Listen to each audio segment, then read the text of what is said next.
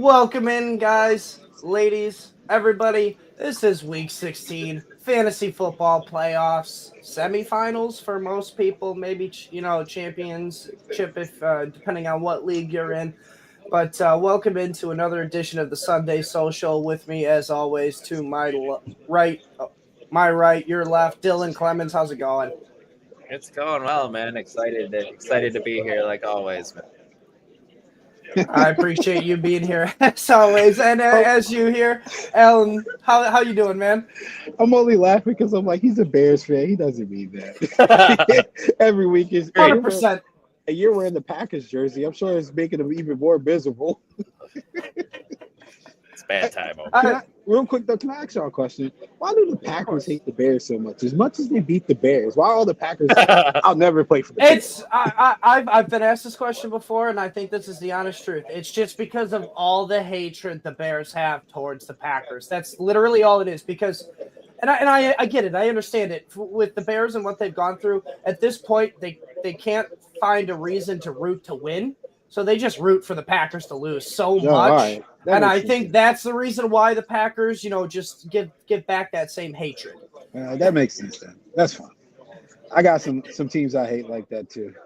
And it makes sense. Like I don't take it personal because they have it rough, man. They do. I get it. I feel for them, but you know what?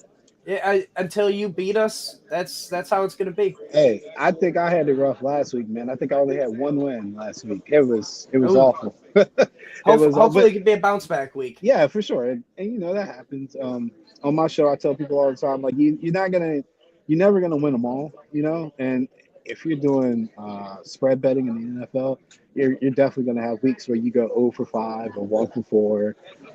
You just got to bounce Yeah. back. I'm off to a good start. I had the Chiefs. I laid the points with the Chiefs, and that got me off. And that was unconventional because I never lay a 3.5 with the Chiefs, but I just felt good about it. This Sunday, we don't have a lot of options. I'm not gonna lie. You're gonna be struggling to find some really good value. So I have a couple of contrarian plays, one or two plays that kind of make sense, and one play that to me is just a trendy play. And the contrarian play is the Jets plus 3.5 for me. I don't know why they're competing, but they are. Why not? Prove a point. Yeah, the Athletic did their very best to destroy them this week Yeah, with all they the stuff did. they printed out. I mean, I've seen hit pieces, but that was excessive. I was like, what did he do to you, man? Uh-huh. Uh, and it's nothing that they said that was. I think I lost you guys. Sorry, hold on. My fault. It's nothing that was said that truly surprised me. But you got the Rams coming East Coast. It's really cold, man. It's cold here in DC or Landover, so I don't imagine what it's like in New York. They're a dome team out in Cali. I expect it to be somewhat of a rough transition. Adams and Aaron Rodgers seem to be again competing, and the defense seems to be competing. I I think think, it's a documentary. I think they're just trying to put on a show for that yeah, documentary. I think ultimately the distractions that was presented to the public is probably the norm for the Jets. I don't really see it mattering. I just like the number 3.5. I'm not thinking that the Jets win. I just think it's one of those games where the Rams maybe struggle a little bit and need a field goal to win at the end. The other contrarian play, um, divisional play. You got the Titans and the Colts 3.5. Oh, Mason Rudolph to me is actually a bump up. I don't think he's a yes. downgrade. So when these Not a huge teams, bump, but yeah, definitely a bump. yeah, and again, this week you're just looking for like you're splitting hairs a little bit, and you just have to be mindful of that. So they played in Tennessee earlier this year. Titans were 2.5 favorites at that time. And now they're playing in Indy, and the Titans are about 3.5 dogs. If we're thinking Mason Rudolph is a slight bump up, I think there's value there, right? You got to factor in the Anthony Richardson turnovers; they're going to be there, and just the stagnant Colts offense from time to time, right? If the Colts do cover, I think it comes late. But what I'm hoping for is just one of those ugly divisional games, right? You got two teams familiar with one another. You can't really explain it. The Titans are not good, but somehow they hang around and keep it close. Then the Seahawks, I actually think the Seahawks are a little undervalued in this spot. Gino is back, it sounds like. Yeah, Gino sounds like he's back. If Gino's not back, by all means, run away. But if Run away from Sam Howell. Yeah, if Gino is back, you're looking at, and my angle here is probably a little different from everybody else's. Think about McDonald, where he comes from, his pedigree as a defensive coordinator, right? He's going up against Kevin O'Connell. Well, how do you prepare for Kevin O'Connell, Sam Darnold's offense? I mean, you could play the Rams, you could play the 49ers, you could play the Dolphins, you could I see where you're have going. some familiarity with the system, the elements of the system, and bring it into this game planning. And I think you have a leg up to slow down this offense. Defensively, I think that the tempo that the Seahawks run with, they're kind of one of the more faster paced NFL teams. I think that might mess with the Vikings a little bit. They also need to establish their run game. I've heard people talking about it this week. I've been saying it all year. Whether it's Charbonnet, I think is his name, and Kenneth Walker. I love Kenneth Walker. He just can't stay healthy, it seems. But just figure it out, man. Like you can run the ball against this team, you really can. What you don't want to do is get into these third and long or obvious passing downs, because then our guy Flores gets creative, right? And there's a lot of moving parts on that defense. But I think Gino is ready. As long as he's healthy, I think it'll be okay. Competitive game is what I'm expecting. Niners laying 1.5 against the Dolphins. I'm pretty sure you guys can count on one hand how many times I've said, hey, I'm betting the 49ers. I'm a 49er fan. But, dude, we gotta sun somebody, man. Like, we can't keep losing to the children, is what I call them. Like, we just got beat by freaking McVay, which hasn't been Kyle Shanahan's MO at all. He usually treats his tree like Nick Saban treats his tree. Like, you can't name anybody really from Nick Saban's coaching tree that beat him in college. Like, I think Kirby Smart got him once, right? But yeah, I think it was at a championship game one time. But up until the last couple Rams games, I think McVay was the only one that had won, and he beat them in the NFC Championship that one time when they went to the Super Bowl and won it back in 2021. But outside of that, like Salah, Daniels, all these other guys that we played that had anything to do with Kyle get smoked, right? So hopefully it happens like that with Mike McDaniels. I hate to say it, but I think he's going to get fired. I think it's inevitable.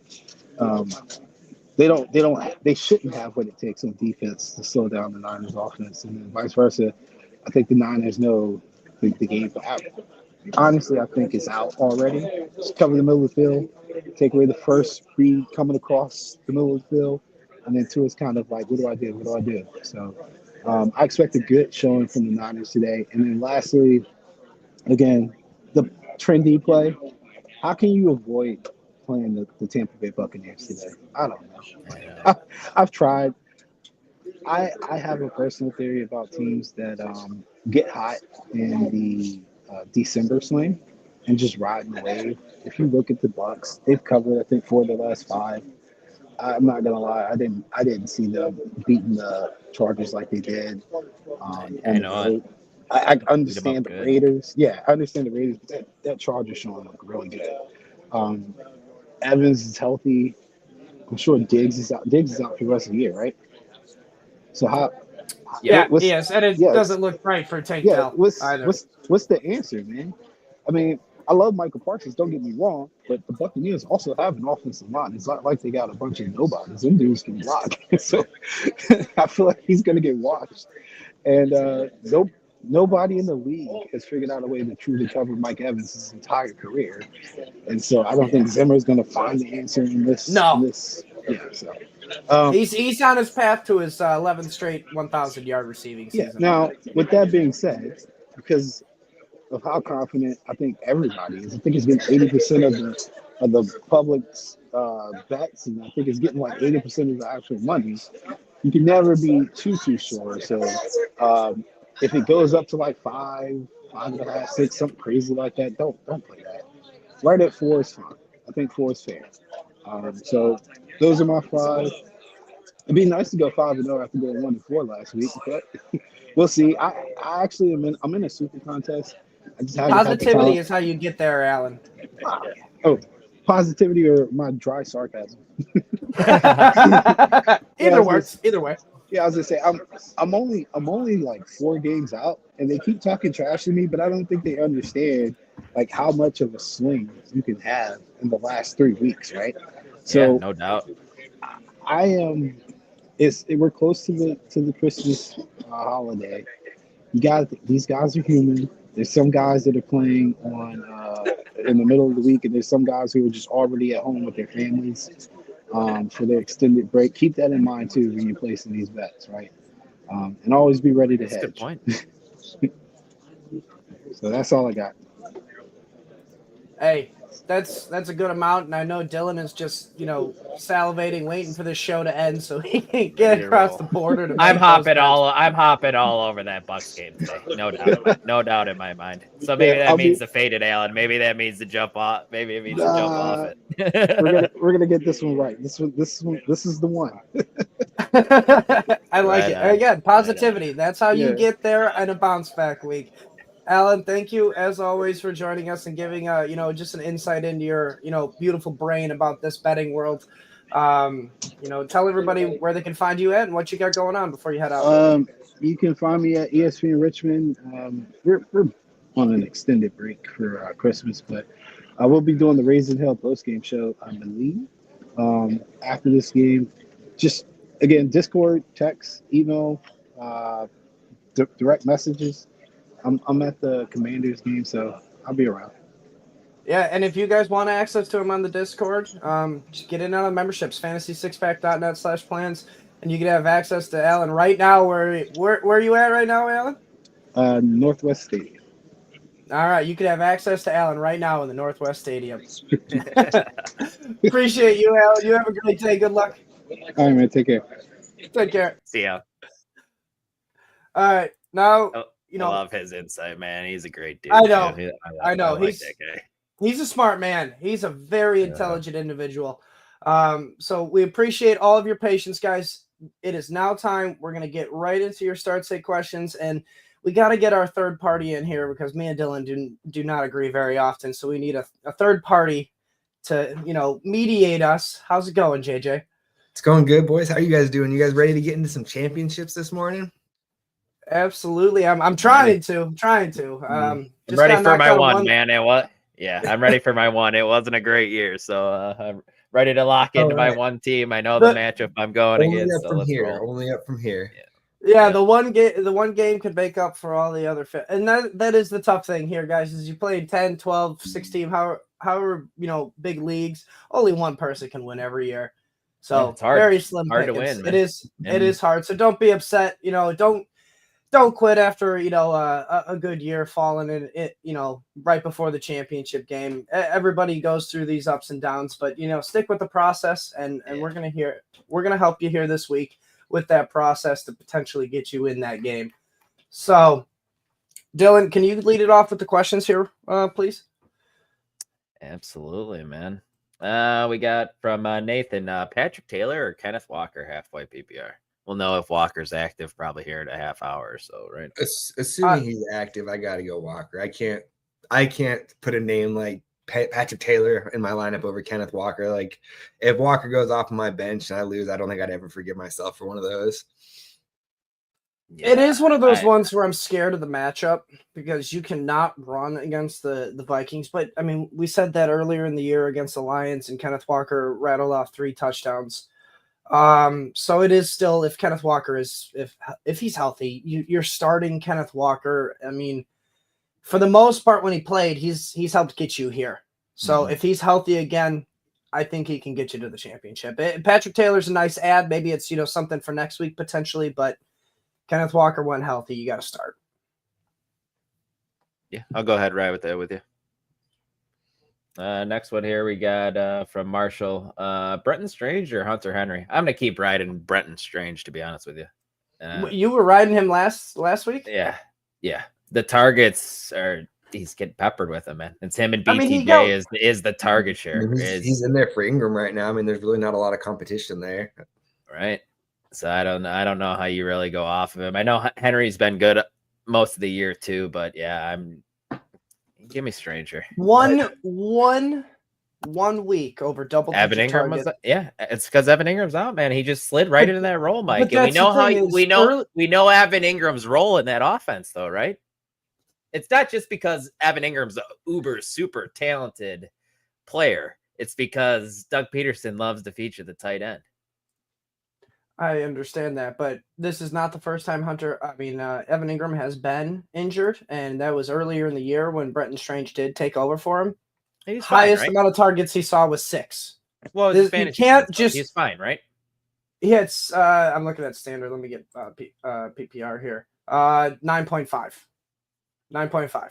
So I still lean with Henry because he's seeing more targets. Like you can't chase that 1 week. Trust me, as the person who freaking played Parker Washington over Adam Thielen, because of that 1 week he saw 12 targets. I just don't tell people that, man. But the thing is it's relevant here because Strange saw 12 targets last week, but Hunter Henry has been consistent all year long. Plus he's got Drake, the better quarterback, as the starter. I think Henry's the guy here. I mean, if you're chasing ceiling, I get it. Go Strange, but I'm still going Henry personally. I'm with you, Mike. I'm going to go Henry here too. I mean, he's had like at least a consistent target floor like every single week. Sure, Strange could have another monster week, but I don't know. I feel like at the end of the day, they're both probably going to finish in that 8 to 12 range, and I feel more confident in Henry seeing like 5 targets today. 3 of the last 4 games, Hunter Henry has seen 8+ targets. So like Brenton Strange saw that 1 game of 12.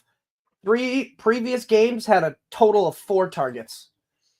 And who were they? And I know that was with Evan Ingram, but it's just they play the Raiders. The Jaguars play Raiders, and then Hunter Henry plays Buffalo, which I think is fine because they're going to need to throw against Buffalo.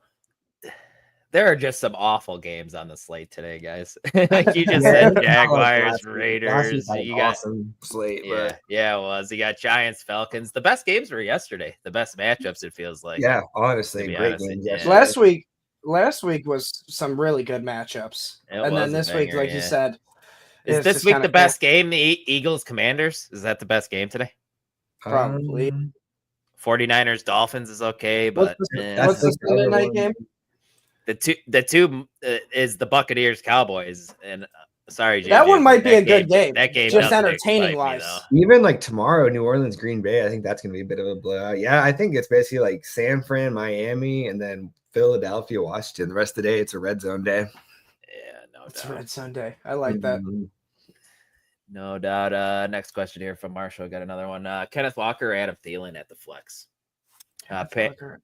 Panthers get Cardinals. PPR half.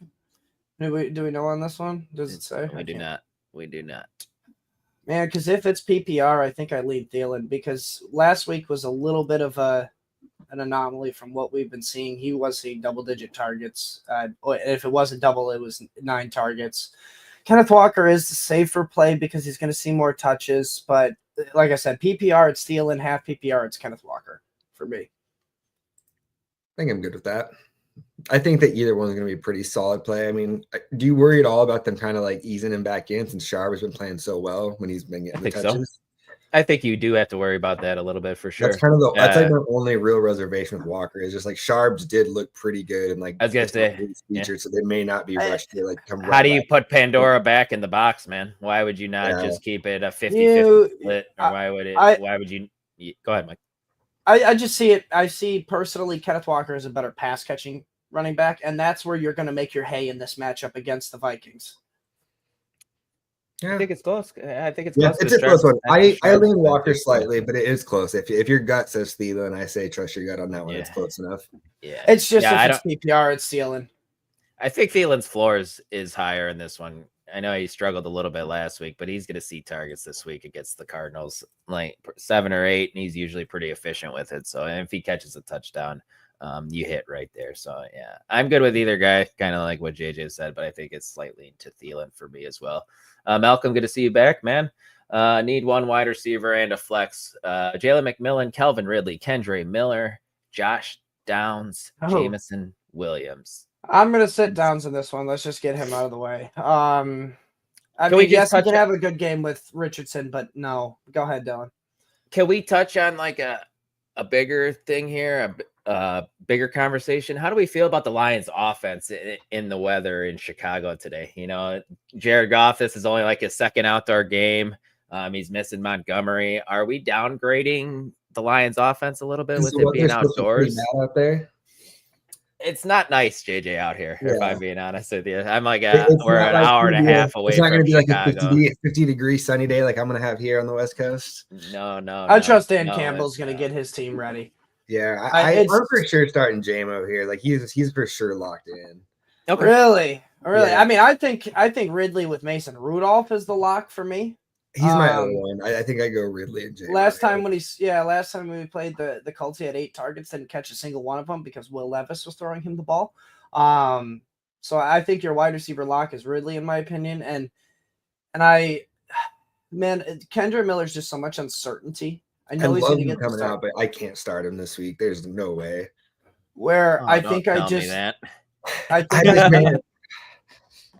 It's between Jameson Williams and McMillan as your flex for me personally, especially if this is PPR. I guess if this is PPR, I lean Jameson Williams a little bit more because he has been involved more, and with the Montgomery injury, I do expect him to get a little bit of an uptick in targets. What I'm thinking right there, yeah. But McMillan has scored in back-to-back games, 2 touchdowns and 1 touchdown, and K-Dot and doubtful. McMillan's the second option on this team, even ahead of Rachaad White and Bucky Irving, at least in the passing game. So I think, you could even, if you want to get frisky, play McMillan. But I go JMO and Ridley. Otten was actually ruled out yesterday too. So you can was he ruled out? Him out. Yep. This is a tough one for me. I think Ridley's locked in. And I'm kind of leaning on Kendre Miller this week, man, but I get it. It's definitely just so much uncertainty. That's the thing. I agreed. It's kind of like the same thing with Patrick Taylor, man. Because you want to play a 49ers running back too. I know he can volume his way there, but like how much volume how much efficiency on the volume is he really going to get? Is it going to be, 15 touches for 50 yards and, maybe 2 catches? Give you, he's safe, I think, for a solid, like 8 to 9 points, maybe get you double digits. If he gets a touchdown, he's going to have the ceiling hit. But that's the thing. Like, do you expect the Saints with Spencer Rattler or Jake Hayner to be getting many? Pretty solid too. I mean, it's not like they're a pushover on that side of the ball. Like, I think Miller's more of a desperation flex, and it really is like, if it came down to it, I do lean Patrick Taylor a little bit over Kendre Miller if it's down between those two. But even so, Patrick Taylor, if you would insert him into these options, I'm not playing him over Ridley, McMillan, or JMO. Yeah, I think so too. Would you guys play Patrick Taylor over Juwan Jennings? I would not. No. Juwan Jennings is the number 1 target. Debo is flamed out. Even against the Dolphins in tough matchups? Yes, even against the Dolphins. Like I told you on the Friday show, like I'm throwing Brock Purdy and Juwan Jennings 2 of the last 3 games out because one was in a monsoon in LA and one was in a blizzard in Buffalo. Miami has a beautiful day ahead of them, 74 degrees, 15% chance of precipitation. So I think Brock Purdy will be just fine. He was fine against the Bears. And that wasn't even that great of weather, but it was better than a monsoon and a blizzard. Yeah. So I was just looking at the weather in Chicago too. It's supposed to be like a high of 32 right at freezing, but I'm sure it's going to be cold right on the lake there. So it's the wind that really scares me when it's it'll probably be a real feel around 15, 20. So yeah, definitely interesting. You guys are crazy out there. But yeah, I think I lean Ridley here, and I kind of lean JJ's way with Jameson Williams slightly. We'll go ahead and jump to Jim's question here. We got Jerome Ford, Kendre Miller, Jalen McMillan, start 2 PPR. Like this is our Jerome. Who do we like better here? Because they're both kind of in a similar situation with Jerome Ford and Kendre Miller out of the 2 here. JJ, I'll let you start. Yeah, that honestly feels like a dart throw to me. And that one, I guess I'll go Jerome Ford because Chubb's out. So we know he should at least see the bulk of the carries. I mean, I guess Kendrick's going to most likely be the guy there too. Yep. But so Cleveland's up against let's go Ford against the Bengals defense. I like that matchup a little better than going Kendrick against Green Bay. I'm okay with going Ford and McMillan here too. That's what I'm leaning as Good well. Ford and Kendrick are both going to see the same amount of volume. It's just Ford has a much better matchup against the Bengals, where Miller's against the Packers, which is kind of middle of the pack when it comes to the rushing attack. From Jamie here, Khalil Shakur, Kendra Miller, or Patrick Taylor at the flex. I've answered a lot of Khalil Shakur questions, and I want to just ride him. I want to just play him. The problem is it's a 14-point spread today. And if Buffalo just jumps out on him and he doesn't get his early, that's really scary. But even after that spiel, I think he's the right answer. It is PPR. Yeah. He's just a PPR god, though, at this point, man. I know. Last 5 games, 7+ targets. He's got a double-digit target game in there as well. Damn it. They play New England, too. I'm still going Shakir. He's safe. He's safe at this point. He may not offer you a high ceiling. So if you're scared of that and you're looking for a ceiling game, I guess I get why you'd want to pivot off of him. But he's super safe. Just go Shakir in this one, especially with the PPR. If it was half PPR, you can make more of an argument for the running backs in that case. Yeah, Shakir, that's where I go to. Dame, good to see you back here, man. Glad to see you're still playing for something here this late into the season. We got Baker Mayfield or Jalen Hurts. I go Hurts, man. You can't bench your guy you most likely took in the, I guess, depending on format, top 3 to 5 rounds, been your starter all year. I can understand why you like that Mayfield matchup, but that Dallas defense has actually played a little bit better the last few weeks. Like they're finally starting to generate some pressures again, get some turnovers. So at this point, I'm going just with the start your studs mentality on this one. Must win game for the Commanders, so they're going to be giving it everything they got there. So yeah, let's go Hurts on that one, and then Kincaid. I don't want Pitts. Maybe it's better with Michael Penix, but I feel like I've been selling myself the Kyle Pitts Kool-Aid for like 4 or 5 years now. It just does not work out. I don't know I don't think it's the matter of the quarterback either, JJ. I think it's just the scheme. It's like Zach Robinson doesn't care to use Kyle Pitts as like the number 1 read in any play or anything. Seeing Johnny go to Miami and just immediately keep killing it like he was, and it's just like, all right, at a certain point, like the common denominator and all these things of him not playing is just him. Like maybe he's just not the same after that knee injury after his rookie year. Like could have just Yeah.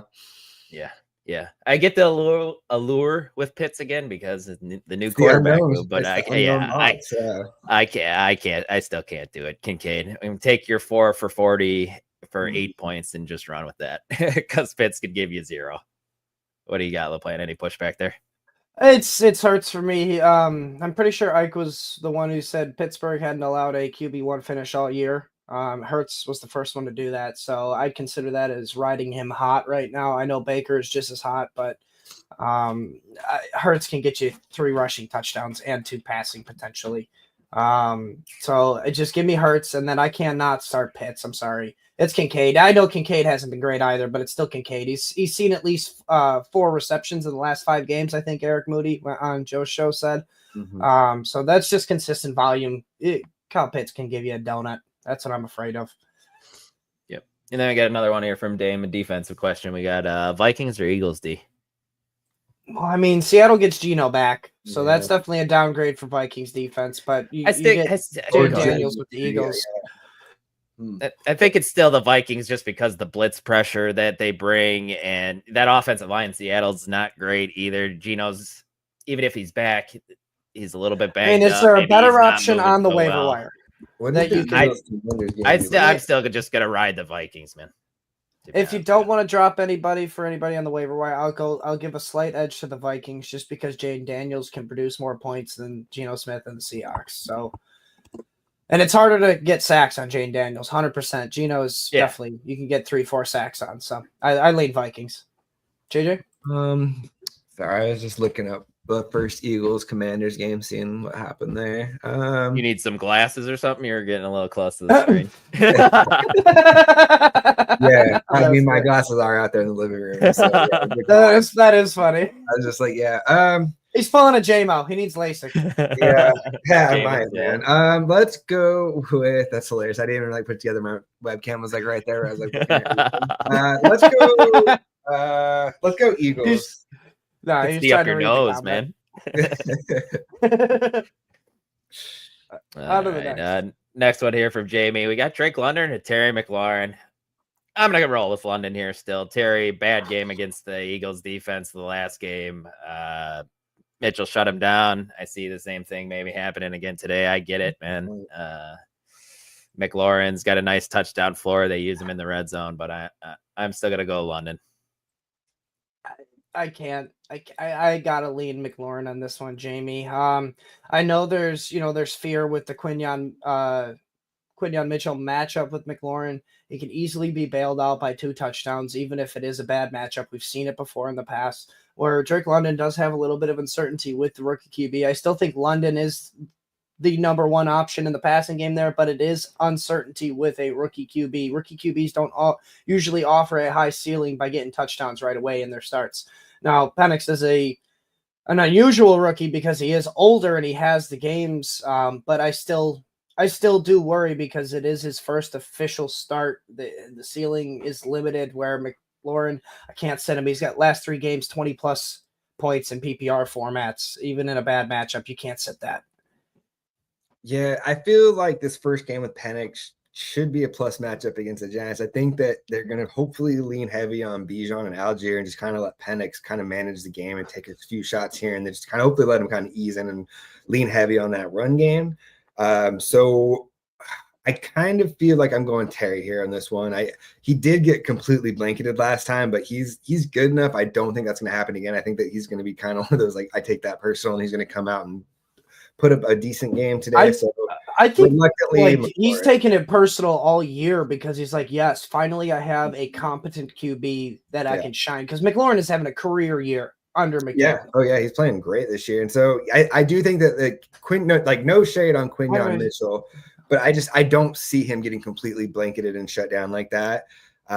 Obviously it's not like Drake London's he's right there in that same tier of wide receiver. It's just I'm thinking this first game in against the Giants, I think they're gonna make it a point to get Bijan going there, make it a little easier on them this first game in. So I'll reluctantly go Terry McLaurin, but this is another one, like I said earlier, if you have a gut call, I'd say trust your gut on this one. It's pretty close. Sure. Yeah, I get another one. We got another one here from Nathan. Does he go with Neighbors, London, McLaurin, or Jennings? Just one of those guys, half-point PPR. Just one? I'm gonna cut Jennings right away just because I don't like the matchup for the against the Dolphins. With those other options, I'm okay with that. So I'm cutting just one, huh? Man, that sucks. Just one. I lean Neighbors slightly over London, I think. I do too. I think he's he has the easiest path to fantasy production day, where as we've seen, McLaurin, he does have that tough matchup. London, we have a little bit of quarterback uncertainty, even though I'm pretty sure it's going to be an upgrade from what he had in there before. But Neighbors he's going to be a guy that's, top 3 dynasty pick start of next year. He's legit, man. He's a stud. I'm going Neighbors here. Man, with Drew Lock though, I still lean. I think I answered this question on the Friday show, and I went with Jennings because it was McLaurin over Jennings, which I'm going McLaurin or Jennings over Neighbors in London because all these guys have great floors. Neighbors probably has the highest floor, but there's absolutely 0 ceiling there. In that offense with Drew Lock, so I think I lean Jennings here. It is a tough matchup, not as tough as McLaurin's, but Jennings is still the number 1 option there. He has seen 2 weeks of double-digit targets since week 11, since the Ayuk injury, since Jennings has been healthy. So I do lean Jennings here. Over those 3 guys? It is close because of McLaurin. Because McLaurin's the other one I'm going boggled by mine, man. I'm not going to push McLaurin back. Is wide receiver. McLaurin is wide receiver 8 the past 4 weeks. How can you sit him? But if you're worried about that Quinyon Mitchell matchup. That's the thing where I lean Jennings in the other case, is because I think Jennings has just as good as a floor as anybody else. All right. And I mean, Garrett Wilson and Devontae Adams just carved up this defense 2 weeks ago. So, I mean, Brock Purdy and Jennings can do that. It's kind of a must win for San Francisco too. So I could kind of see 100%. Like it's for both the Dolphins and San Fran. So like this could be a sneaky game right here. Interesting. You've had a better year in fantasy than me this year, Mike. I'll tell you that after I got one over on you last year. I'd like to start both, man. I hate that take. I'd like to start. I really would like to start McLaurin and Jennings in this situation. You cannot be sitting McLaurin. I'm sorry. I know it's a tough matchup, but the three of the last 4 games. Who I want to know who else this guy's starting where these are his bench options. Yeah. It's crazy. I'm taking Jennings because on Friday's show I took Jennings over McLaurin in that option because they both have good floors. It's just the ceiling's capped a little bit with McLaurin in the matchup where it's a little less of a tough matchup for Jennings. So I do lean Jennings because they both have the same floors. The only argument is Neighbor has the highest floor here out of anybody. We got Jonathan Taylor, Bucky, Dowdle, Rashad, Kendra Miller, Addison, London. I need 1 running back and 1 flex. So, wow, that's I explained on Friday's show that Dowdle has a tough matchup. Tampa Bay is the number one against running backs last 6 weeks. So like he's gonna get the volume over Miller, over Rashad White. But Irving, Jonathan Taylor. I think I lean Irving as my running back. I think I go Taylor and Irving are my 2 guys here. Man, I am scared for Taylor. I gave the stat on the show that Taylor in his 6 career games against Tennessee has 393 total yards and 1 touchdown. Yeah. That's 65 yards a game total. So that does scare me a little bit here. The thing that makes me like JT is like I think A-Rich completed 12 passes last week or something like that was it. And like JT is a drop touchdown away from having a pretty nice fantasy. Like he still went over 100 yards. So I feel like just with the way the offense is running right now, he's pretty good bet to get right around 20 touches today, if not a little higher than that.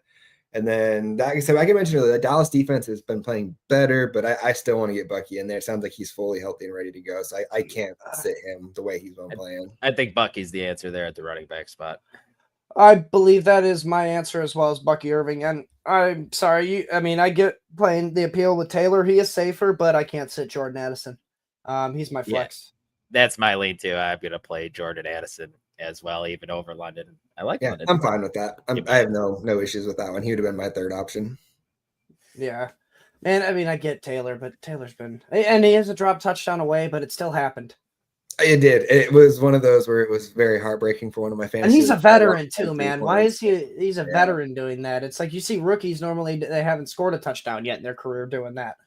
Just stop doing that, everybody. Just everybody hold the ball. Yes, hand it to a ref. Like yes. Or get across the line and chuck that thing into the stands if you don't. Yes, like throw it at the little end zone. Yes, put a bullseye on that thing. What gives? I don't know what gives you the thought to just drop the ball right there, especially when you're just at the goal. I don't understand the thought process whatsoever. But anyways, next one here from JB. We got Sam Darnold or Jaden Daniels.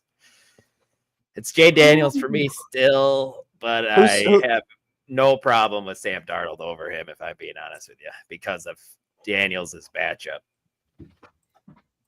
I think that Vikings get the Seahawks. Man, that's a tough one right there. Let's go. I think I'm going to take the rushing floor of Jaden Daniels.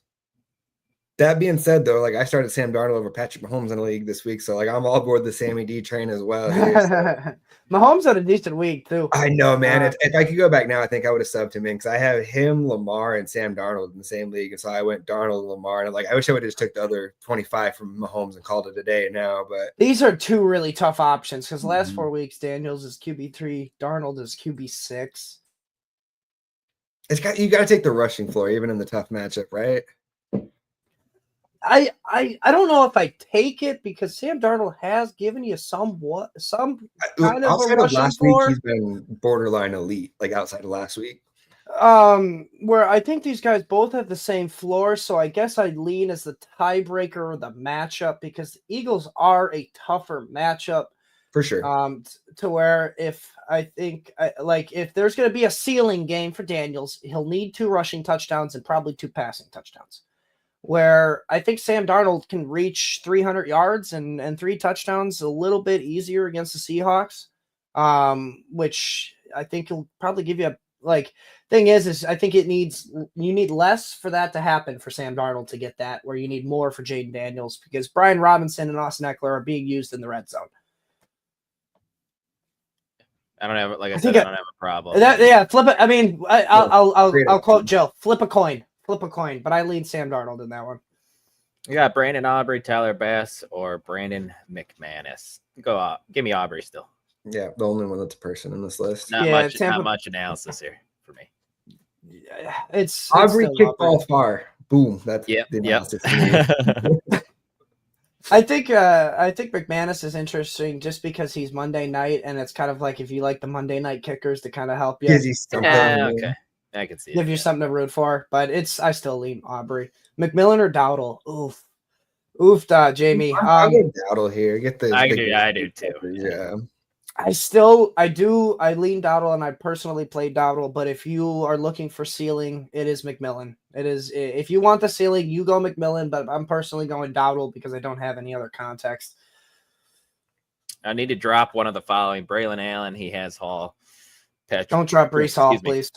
Patrick Taylor, Alexander Madison, Jaylen Warren, Tank Bigsby. Unless it's the Yahoo League, you can't really drop Jaylen Warren right now because he played yesterday. So if it's Yahoo League, you can. But why not Alexander Madison? Why not just drop him? That's where I go there. Yeah, I'm getting rid of Madison there. I think I would actually get rid of Tank Bigsby. McCormick's on actually out. He's out on IR. So, and last I checked, Samir White's still on IR. I'm pretty sure. Yeah. Mm-hmm. Tank Bigsby's the one I would drop. I'm good with that. Yeah. Under further assessment, I think I agree with Mike. Risk re-injury with Tony Pollard or start one of Patrick Taylor, Kendre Miller. Oh, man, yeah. What do you? If you have Pollard and Spears in a league, which way are you going on that one? Because that's an exact situation I'm freaking working through in one league. I think it's Pollard still for me. I still lean Pollard. I do too. That's how I have it. If he's healthy, I gotta lean Pollard. He gets the bump with Mason Rudolph too. There's and I just got the update. Tony Pollard active. Nice. Yep. So perfect time. Pat Taylor and Kendre Miller, they're gonna get volume as well. It's just there's just so much more uncertainty. We know what we get with Pollard, and it's a good matchup against the Colts. Next one here from Ashley. Oh, David Njoku active. Doesn't really matter with DTR as the starter. Would you start Njoku over Pollard in a tight end premium? Nah, I would not because of DTR. If it was Jameis Winston, I want to check. Just want to check. If it was Jameis Winston, I would have said yes. Yeah, that's kind of what okay, yeah. Jerome Ford, Kendre Miller. Didn't we all go Ford ahead of Miller? Yes. In an earlier one. Mm-hmm. They both have great floors. Just give me the one with the better ceiling, better matchup. That's the Cincinnati matchup for Ford. We got Micah Parsons, AJ, all you. And Fred Warner, Pratt, Nakobe Dean need to give me the 2 big names there, and Fred Warner and Micah Parsons. Yep, that's my answer. I agree. From Bitcoin Draft. Full point PPR flex, Sam Laporta, Kendre Miller, Patrick Taylor Jr. I'm gonna lean Kendre Miller over Laporta slightly. I'll go Laporta here, but I can understand chasing the volume with Miller. I mean, if you're gonna chase volume, I think Taylor will probably see more of it. Actually, I leaned. This one's so tough because if this is tight end premium, easy Laporta, but since it's not, I actually lean the running back. Give me Taylor. It's totally fair. Another one from Jamie here. Flex one PPR, Shakir, Patrick Taylor, Kendre Miller. Oh, that one's tough. It's tough, but I'll go Shakir. It's really close between Shakir and Taylor for me, but I still lean Shakir with it being PPR just because he catches everything he gets thrown. Who do I start? Full point PPR, Kendre Miller, Jerome Ford, Rashad White, or Breece Hall? Breece Hall, our first question here. I'll go Breece here. I kind of want to go Rashad White. Rashad White has been actually unexpectedly good. RB16 the last 4 weeks. Fudge Ripple. Man, I still am going to lean Rachaad White in this one. I can't trust Brees. I said it on Friday's show. He's a sour player. Rachaad White, and then if you want to get frisky, go forward with the higher ceiling against the Bengals. I think slightly into Brees for me, but I don't feel strongly over any of those other running backs. If I'm being honest with you, so that's a tough call. Yeah, that's hard. Like I get it if you want to play Brees, but man, he's been so brutal. He's not getting the touches. So tough. What is this? PPR tight end. We got Brock Bowers, Brenton Strange. Do love me some Strange, but I'm gonna go Brock Bowers. It's Bowers. If I hopefully we get the Aiden O'Connell news that he's starting, but if it's AOC, it's Bowers. I think that they Pierce said that he should start. I don't think he fully said it, but he because Desmond Ridder made him irrelevant. Yeah, that was rough to watch, man. I can't believe they put that on like a primetime game. Never again. You ain't kidding, man. You ain't kidding there. Man. We got Amon-Ra St. Brown or Jalen McMillan or Keenan Allen. I think you're still locking it. Start your studs here. Yeah, man. If you could get another receiver in there, it's Keenan Allen over McMillan. I like Keenan Allen this week, but it's Amon-Ra. Yeah. We got Falcons, Packers, Bills. Give me Packers. Yeah. Packers. Packers against the Saint primetime game. Spencer Rattler is going to backup quarterback, backup running back. Olave is out for that's like a shell of the Saints. No Taysom Hill. Yeah, it's a shell of the Saints team there. Give me 100%. It's the Packers. One from Victor here. We got Tony Pollard or Patrick Taylor. And also love this. It's interesting with the first down. Scoring's awesome. Yep. It's how it should be, man. Half point PPR plus half point first down is the ideal way to play, and that's how I do all my leagues. It's like kind of like an even mix between PPR and half. Mm-hmm. We didn't really answer the question, did we? I said Tony Pollard. Yeah. It is Pollard. Okay. Bob Dole, man, we love you too, man. We appreciate you always here. Definitely. Hopefully we helped you throughout your season. It didn't. Holy cow! We have so many questions. You weren't joking. Holy cow! We got Rachaad White or Jerry. We love the questions, guys. I just scrolled down the list. Holy cow! Yeah, we got you going. It's not Jerry Jeudy any longer, unfortunately. Not with DTR in there. Yeah, he could still have that same floor, but I am not super confident in that with DTR in there. So yeah, give me Rachaad White. Yeah, it's Rachaad White. Like I said, RB16 over the last 4 weeks. Jerry Jeudy, if it was Jameis, yep, but not Jameis, so I'm afraid. Good point here from Pollard. From Victor here about Pollard, close to incentives, so he's on the fence. You know, teams usually like to get their guys stuff, so it's definitely a good point. Yeah. Next one here Young. From Marshall. Yeah, Penix or Bryce Young. Against Arizona, brutal. I don't hate that matchup for Bryce. Actually, he's been playing better. I think with it being a playoff game, I think I'd go Bryce here. I'd want to see it a week from Penix, but I mean at this point, it could be too late to see it for a week. Jalen Coker active, Tyrone Tracy active, and Zach Ertz active. Okay. Zach Ertz getting through concussion protocol quick, man. Quickly, yeah. That's not something you see every day. Is someone coming back a week later from a concussion? I think I'm fine. He's the only one that I can recall doing that. Who'd you say? Favre? No, Marv. Oh, Marv. I thought you said Favre. Marvin Harrison. Oh, nice call. Why would I be talking about him? Why would I be talking about him right now? Good question, man. Good. That's also a good question. I don't know who to go here, guys. If I'm being honest. I'll go Bryce Young reluctantly. Like, I guess if you're shooting for you need a 40-point game, I guess throw Penix in there and hope he just goes freaking ballistic in this first game. But I think you got to go Bryce Young here. We've at least seen a mid-teens floor for fantasy the last stretch since he's came back in here. It is a better matchup. JJ brought up a great point earlier. Why not ride Tyler Algier and Bijan Robinson today if you're the Falcons, just to ease the rookie into the game? So yeah, I'll go Bryce Young here. That being said, though, Penix has a freaking cannon and some weapons to throw to you out there. So can he be accurate with that cannon? That's the thing. Yeah, it's Bryce Young.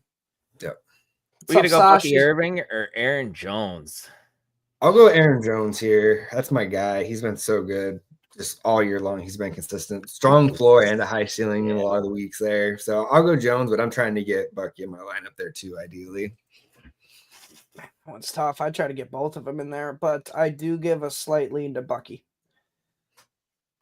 I think I side with Mike reluctantly here. Go Bucky as well. Start two London. That's our drinking game this morning. How many times the word reluctantly is brought up? It's that time of year, man. Yeah. I think it's between Tyreek and Juwan. Well, no Waddle, right? Waddle's out. Yes, no Waddle. I think that means Tyreek's a lock then. Yeah, Tyreek is I'm so scared, man. Tyreek's got the tougher matchup with the Niners. I Tyreek think the tougher matchup is the Niners. Tyreek and Juwan, isn't it? Are we going Juwan over London, or are we going London here? You guys were. I was going London over Juwan. Yeah, it's Tyreek and Juwan. You guys were Juwan. Thank God it says start two because I was racking my brain between those two. Jonathan Taylor. We got this one. Yeah, I went JC and Irving. You guys went Irving and Addison. Jerome Ford or Tyrone Tracy. Ooh. Tracy here. I think that with him being active, I'll go Tracy. I actually lean forward in this one. Man, Singletary got worked in a decent amount last week. Tracy was on the field more, but Singletary still saw the same amount of touchdowns, and he saw more red zone work, where I don't know if Deontay Foreman's going to take that much away from Ford. Better matchup. Falcons are a little bit better against the run than the Bengals, so I think I lean forward on this one. Yeah. I'm hoping it doesn't bite me in the ass this week, but Ford is one of those ones where he's going to be asked a lot this week, but I think he has, because of the Nick Chubb injury and the matchup, it's a good, it's kind of like the stars aligning a little bit for him. I just worry that they're just going to throw like 8 men in the box all day long and just be like, good luck. Yeah. And that's fine. They'll run the option play with DTR, which is I'm here for it, man. Let's get a little bit of college football offense in the NFL. I'm here for it. Rico Dowdle, JT, Khalil Shakur. I'll go Dowdle and JT here. Take the guaranteed touches. Yeah. Yep. I'm with you. I'm Dowdle and Shakir. Ooh, interesting. So you're going Dowdle over JT. I like that. That's juicy. He's gotten more volume over JT, honestly, in the last 4 weeks. He's looked good since they made him the guy, too. Start one, Ford, Breece Hall, or Rachaad White. Oh, God. This is one where I can't start Ford because how can I start him over Rachaad or Breece Hall? And I'm not going to be starting Breece. I think it's Rachaad. It's close with those two. I'll go Breece as I'm starting my studs. Yeah, I went over that. Has Breece been a stud, though, this year, JJ? So. Has Breece been a stud? I am speaking into the universe and sending the positive vibes out there that he will this week. So, McMillan or Brenton Strange? I'll go McMillan here. Yeah, unless it's tight end premium, I'm usually not starting the tight end on the flex. It's got to be a tier 1 tight end. Like if you're flexing like somebody like Mark Andrews and McBride or, that extent. Otherwise, if it's Brenton Strange, there's no need to flex him. Darnold or Aaron Rodgers, this is a good one. Aaron Rodgers QB9 over the last 4 weeks, but Darnold is slightly better at QB6, so I still give the edge to Darnold. Yep. With you. What's up? Half-point PPR. We got Kenneth Walker, Brian Robinson Jr. That one's a tough one. Both are going to see a decent amount of volume. One's got a better matchup, though, and that's Brian Robinson Jr. I lean with him. I'll go... It's not a good matchup for Brian Robinson, Mike. He had a It's a better one than the Vikings. Commanders D-line is a better matchup than the Vikings D-line. I'll go B-Rod here. I'll pull up my schedule, Justin Fancy. I think I'd go Brian Robinson as well. Do you guys like B-Rob or JT this week? Robinson. Yeah? I think I need Robinson more, yeah. Eckler's still on IR too, so yeah, I think yeah, okay. Do you like him over Aaron Jones? No. Yeah, so no, I don't think so. So you'd bench JT of those 3? I think so. Okay. So Minnesota the last 5 weeks in schedule adjusted points per game for the running back. Minnesota's the 3rd toughest matchup. Washington is the 17th toughest matchup. So it's just we need the Eagles. We need the Eagles, not Washington. Oh, why am I thinking that? Oh, I'm so sorry. You're stupid. Eagles are Eagles are 8th. So it is still just a slightly better matchup. Eagles are 8th, Minnesota's 3rd. So Minnesota's the tougher matchup. Both are going to see the same volume. B-Rob's healthy. We know he's fully healthy, I guess, at this point. Let's go. Yeah, I'll go B-Rob. I think the bigger thing for B-Rob is that Jaden Daniels is healthy. Because in that game against the Eagles, like B-Rob not having a healthy Jaden Daniels, they just kept throwing it to Eckler. Dump off, dump off, dump off. So having a healthy Jaden Daniels, I think, is the best thing for Brian Robinson. Jamie, I hate that you just told me that.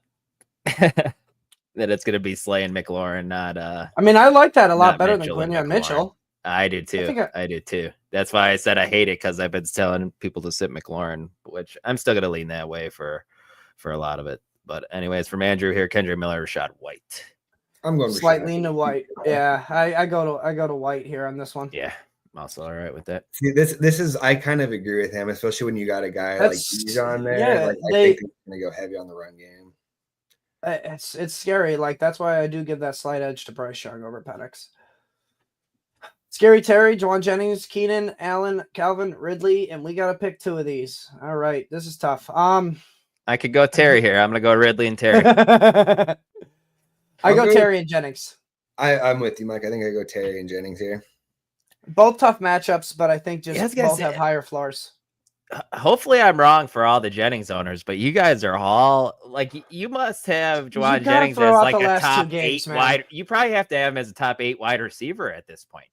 The way like even in those bad games, like in the teens, I think teens is about right. Like he's in that mix right now where like I'm debating like him or Garrett Wilson in a league where I got Devontae and Kittle going. Like he's kind of like right there in that kind of mix for me, where he's like should be the number 1 option. He should get 8+ targets pretty easily. It's just variance on. And it's a good weather game. Like even in the bad weather games, he was still seeing targets. Yeah, so, I was pretty down. I started him last week, but then I kind of went back and looked, and I'm like, he had 9 targets. Like it wasn't. Yeah, I don't know.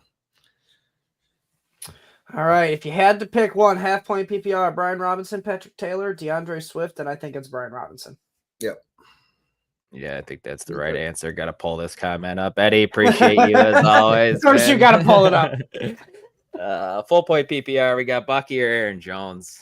JJ, you went Jones earlier, right? I'm going to lean to stay with Bucky here. Yeah, slight edge to Bucky. Both of them are good options. Running back 7 for Bucky, 12 for Jones last 4 weeks. So slight edge. Start 2, Tyreek Hill, Juwan Jennings, Drake London. Give me Tyreek London here for me. Juwan and Tyreek. Riley, what's going on, my friend? How you doing? Tua or Aaron Rodgers?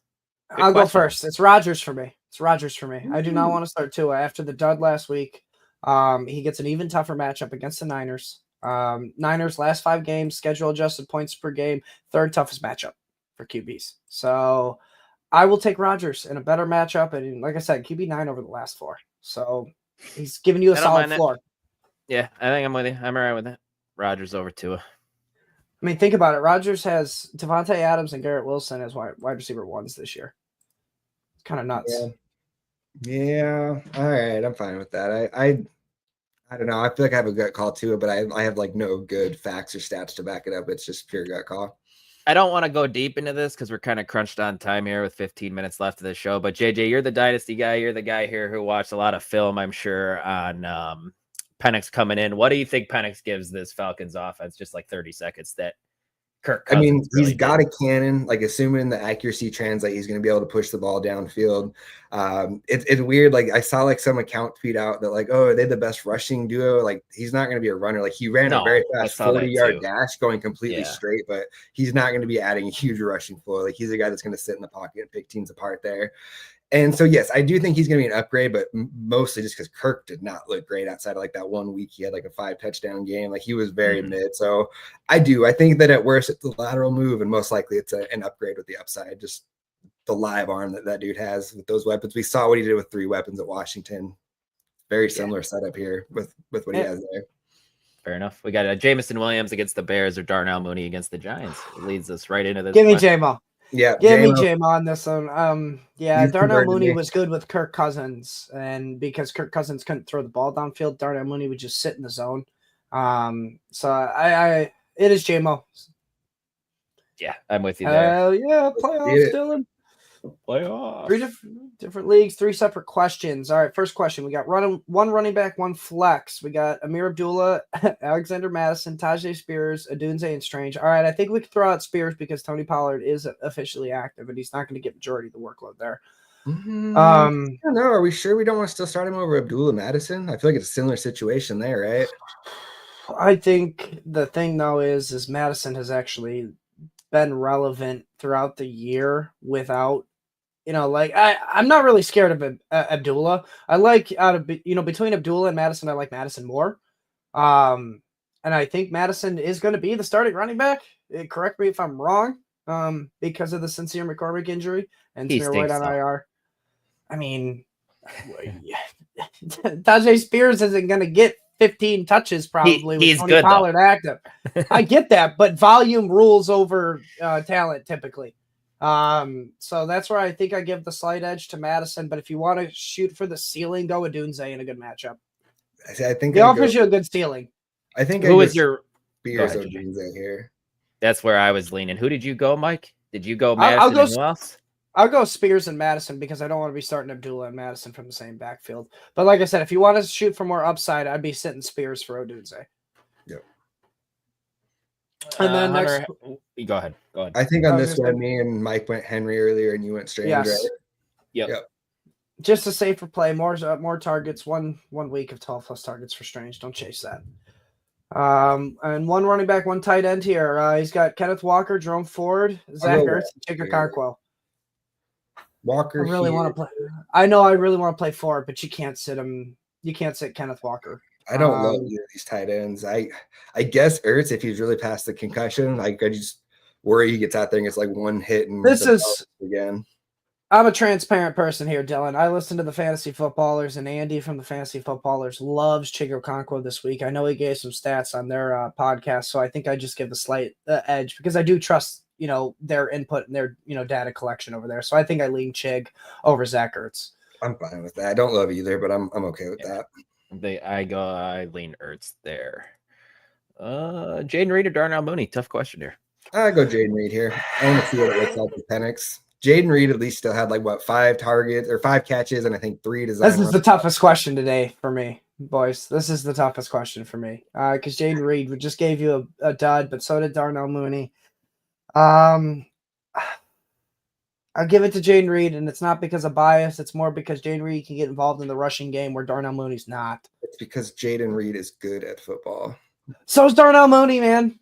He's all right. I don't know, man. Jaden Reed's different. Bears are kicking themselves in the behind for letting him go. No, they're not. We got Drake London and Garrett Wilson. Garrett Wilson. Yeah. And he's starting Rodgers, so you get the stack there too. Yeah, it's Garrett Wilson.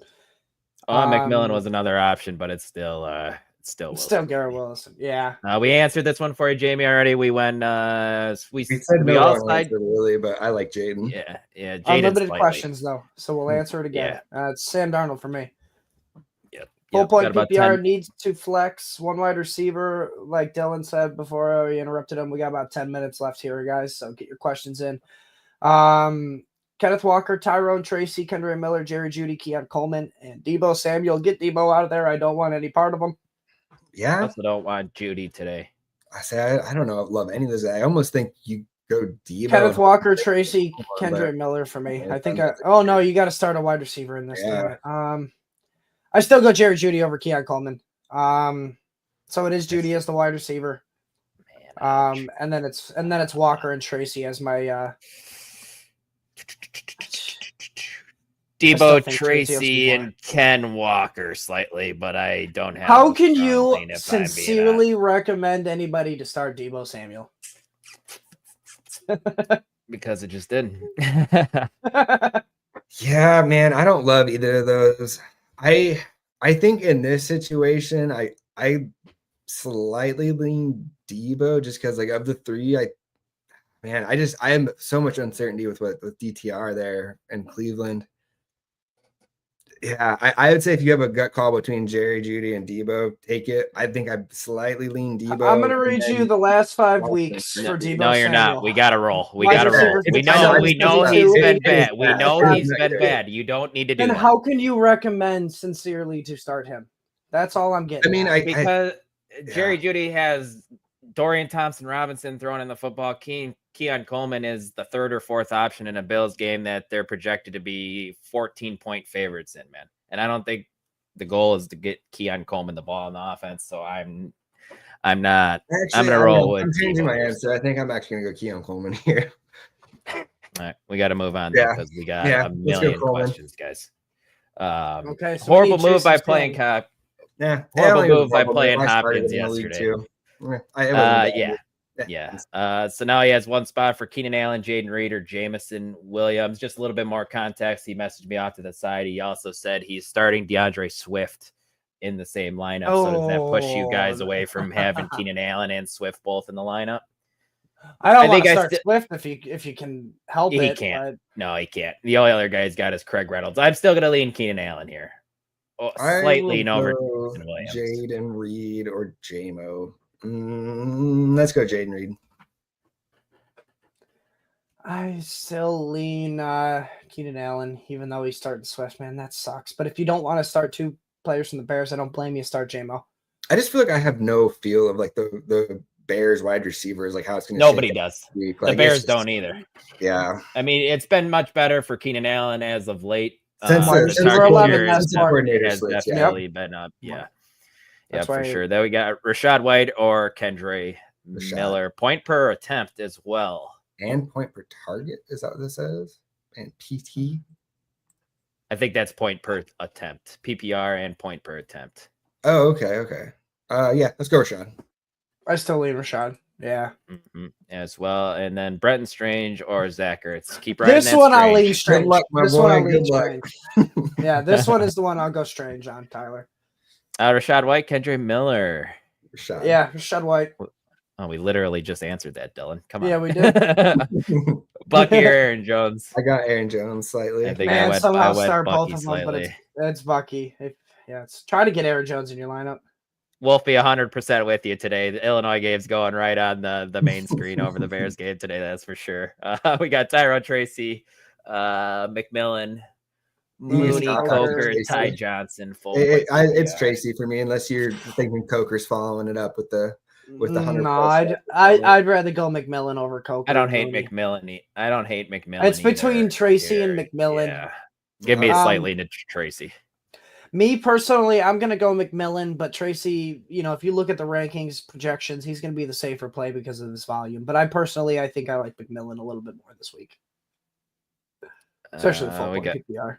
One for Madrew, pick 2, Tracy, Pollard, Miller, Taylor. Pollard and Jonathan Taylor. Is that Jonathan Taylor or is it Patrick Taylor? If it's Jonathan Taylor, it's Taylor. Good point. Yeah, let's go Tracy Pollard here, assuming that's Patrick Taylor. If it's not, Played maybe hiding this week, Dion. Yeah. We got Rodgers or Stafford in the same game. I'll go Stafford. Stafford for me. Stafford. It's Stafford. It's close, but it's a slight lean to Stafford. I bet if you look at the rankings, Stafford's probably like 10 and Rodgers is 11. Yeah.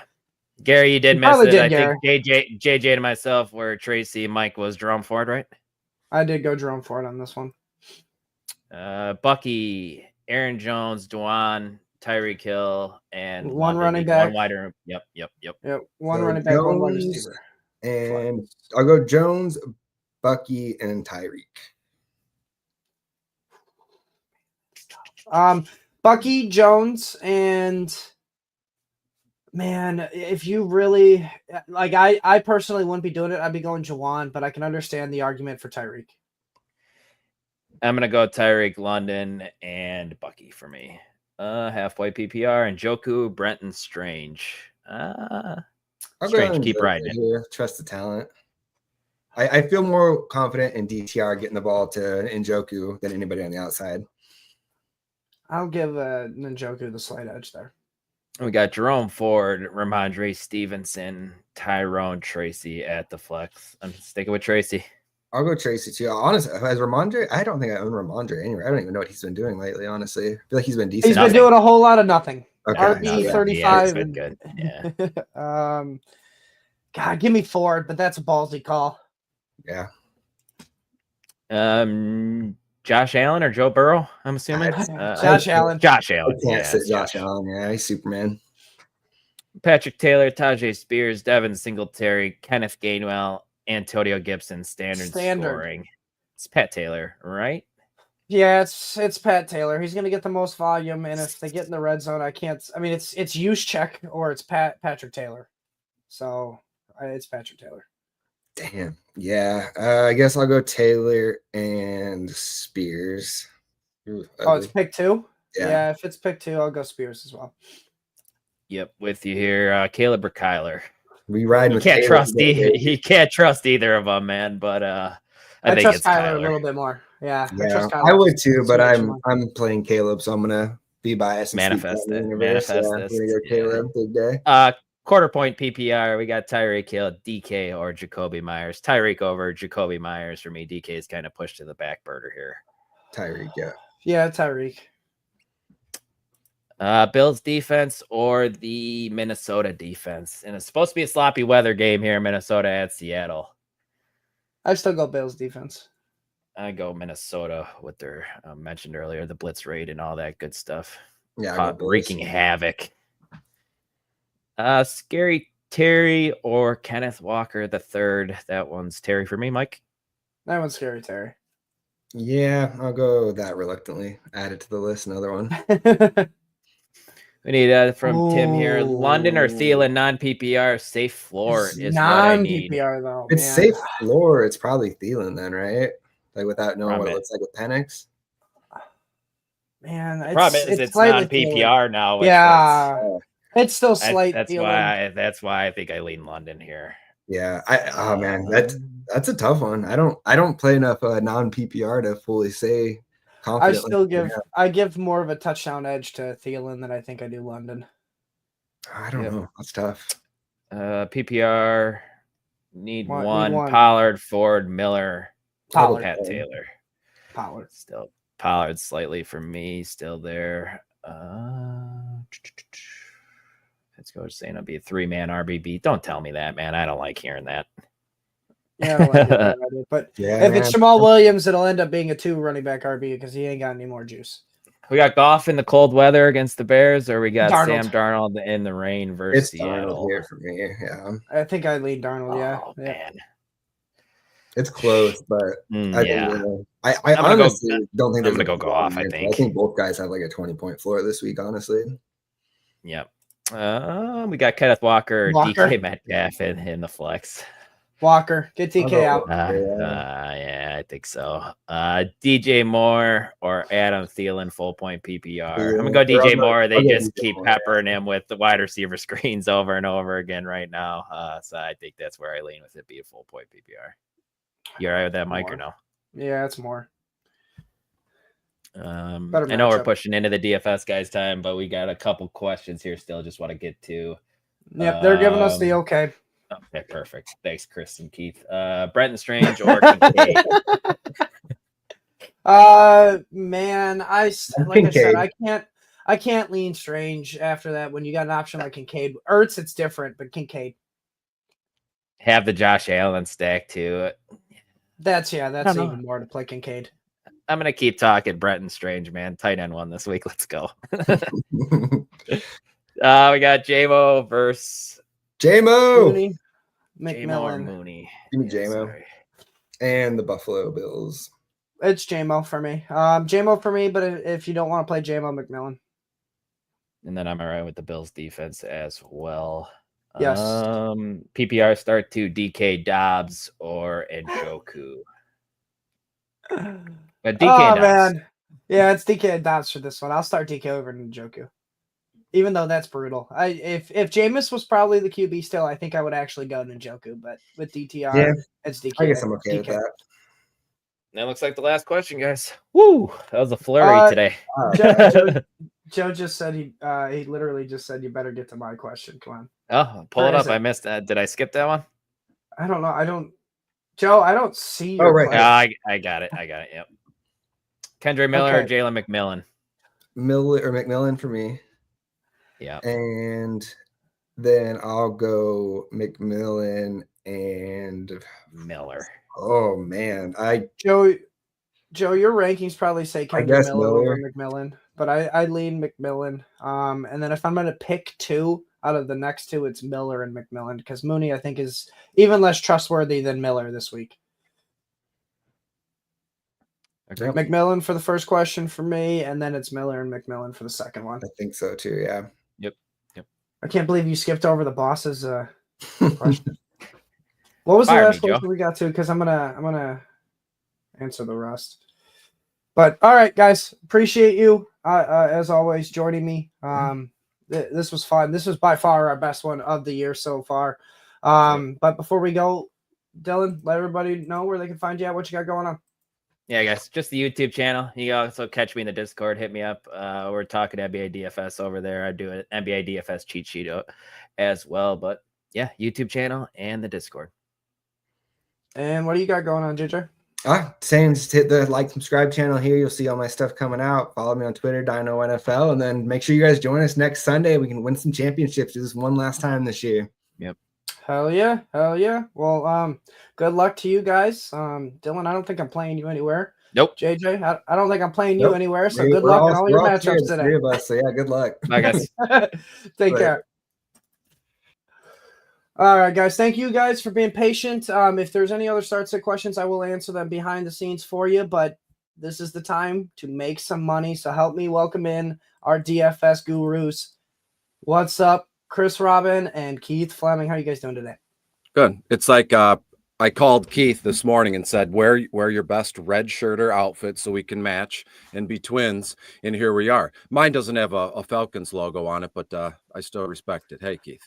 We got Christmas going because I got the green over here. That looks disgusting, but hey, I knew you were going to say that. But truth be told, right? We got over 4 minutes already. So NFC North, things are going okay for the Lions amid all the injuries. But of all the people in this division, fans, Chicago Bears, Minnesota Vikings, and Green Bay Packers, I've always respected the Packers and their fans and what they've done, while the Minnesota Vikings folks are absolutely insufferable. The Chicago Bears people are kind of whacked out in their own right, but they've kind of, let's hit the brakes a little bit because all that shit we talked in the off season is coming back and it's bad news. So Mike, I've said this a million times, probably. I got a bunch of Green Bay Packers fans. I respect you guys, but so when I make fun of the jersey, it's all in love. We respect you guys too. Cause as bad as you guys were in previous years, you never, resorted to what the Bears did and just hated on the Packers because of their success. Yeah. So we respect you guys as well. It's nice to see you guys. It's nice to see the Lions turning it around because it is one of the probably best stories of the NFL, hands down.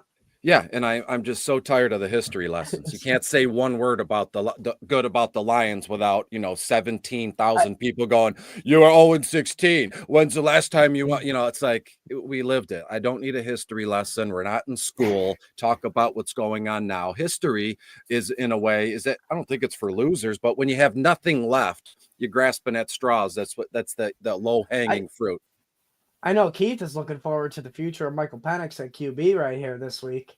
Let's not get carried away. I'm excited this week. Let's see. Let's pump the brakes. I'm not expecting miracles. We are the Falcons. So Mike, we don't need Keith today. We just you and I talking. So Keith, I don't know. You don't want to take my DFS knowledge. No. Listen to these two guys. They know their stuff. I know start sit questions. So I'll get out of your hair, guys. Take care. Thank you, Mike.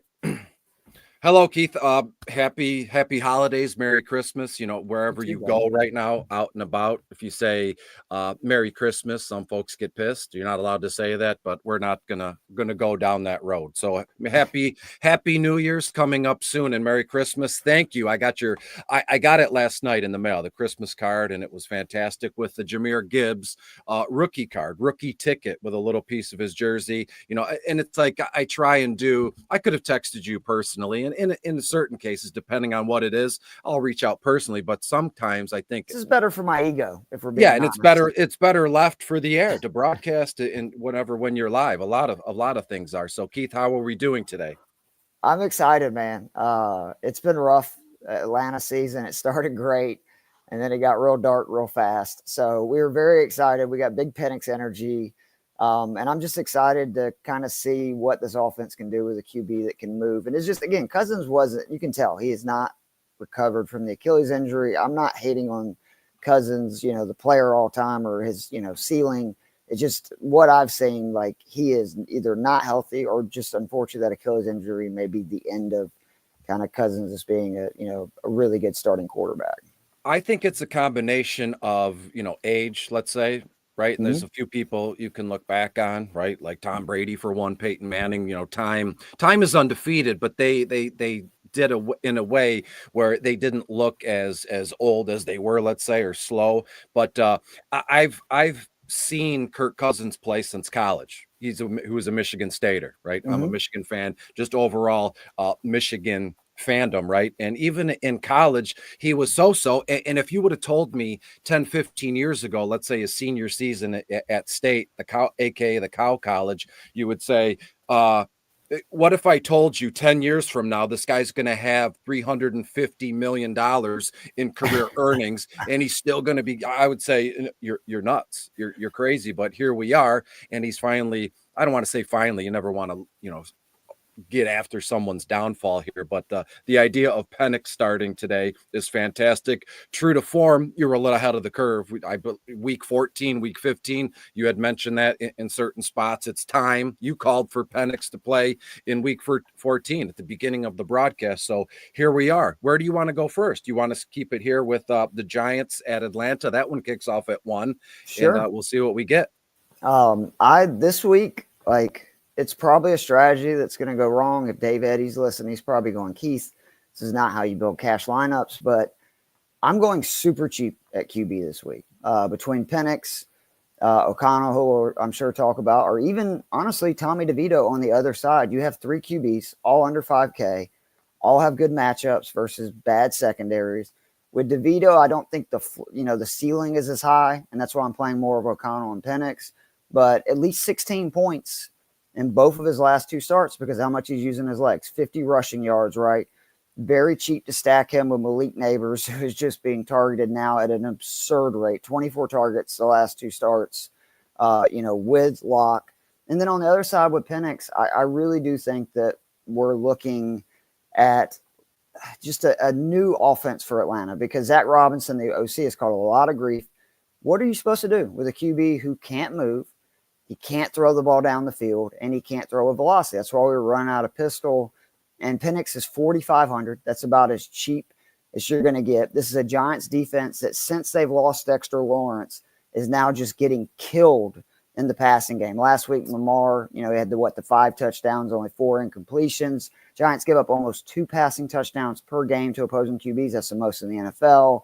And Penix can move a little bit, which I think is something just to watch for. Giants give up the 3rd most rushing yards to opposing QBs, almost 30 yards per game. Expect him to get some free points that way.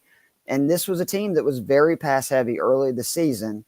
And then once Cousins' limitations really showed and teams knew he only could do so many things, we got to a real run-heavy team. I actually expect us to get back to being more of a pass-heavy team, which is good for Penix. And again, I love stacking him with London and Ray McLeod, who is the one guy out of this receiving core that Penix has been throwing with all season because he's been mostly on the second team and offense as the number 3 wide receiver when they're warming up. So I love playing Penix at 4,500 in cash. You're looking for 3X. We're talking about 13.5 points and he's 3X. You're talking about 17 points. He's 4X. And then if he has 20 plus, now let's really go. So I love that. I love a lot of pieces from this game. I think there's going to be points scored. Yeah, it's a fantastic move. And when you look at team implied point totals and such, the Giants are, as you said, they're awful, right? Malik Neighbors is, I think we're one bad game away, which could be today, of Malik Neighbors just having a full on meltdown in the locker room. He said it. He's kind of tiptoed around it or beaten around the bush, as folks say, but he hasn't yet to go. My quarterback stinks or this team stinks. You can't really say the quarterback stinks. It's not the normal, starter. Drew Lock starting today. The DVP is sweet in a way, 26th overall. But Drew Lock 6'4" on FanDuel. When I'm looking down this list, I'd rather have Mason Rudolph, Tennessee and Indiana, Dorian Thompson-Robinson playing for Cleveland, the Battle of Ohio today, and then, as you mentioned, Michael Penix Jr. Against the Giants, as we said. So when you look at Atlanta, I think Bijan is an absolute smash, given the DVP ownership percentages are going to reflect that. But sometimes, as we've been saying since day one, sometimes it's okay to eat the chalk, absolutely. Even if it's in a GPP. If it's such a sweet spot, it'll be a wash across the board. I already have it written down in my notes just for the heck of it. I want to double check some player specific ownership percentages here. And when we look at Penix, I have kind of a half, not half-assed, but a half-hearted kind of projection for him.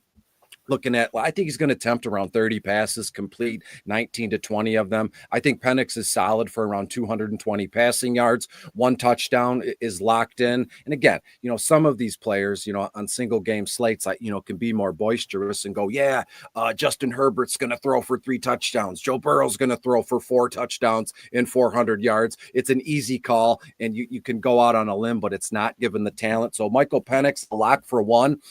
Could he get to 2? Absolutely. Given the matchup here. And I have 3 to 4 carries for about 15 yards maybe. Could you see a case, Keith, where the game's getting going in the early on and he's nervous? He's got to be nervous as heck, right? Anxious, but excited in the same way. I could see a few cases here where he's just nervous to go, not nervous to go through the reads. He'll do that. But then he's nervous to let the ball go, right?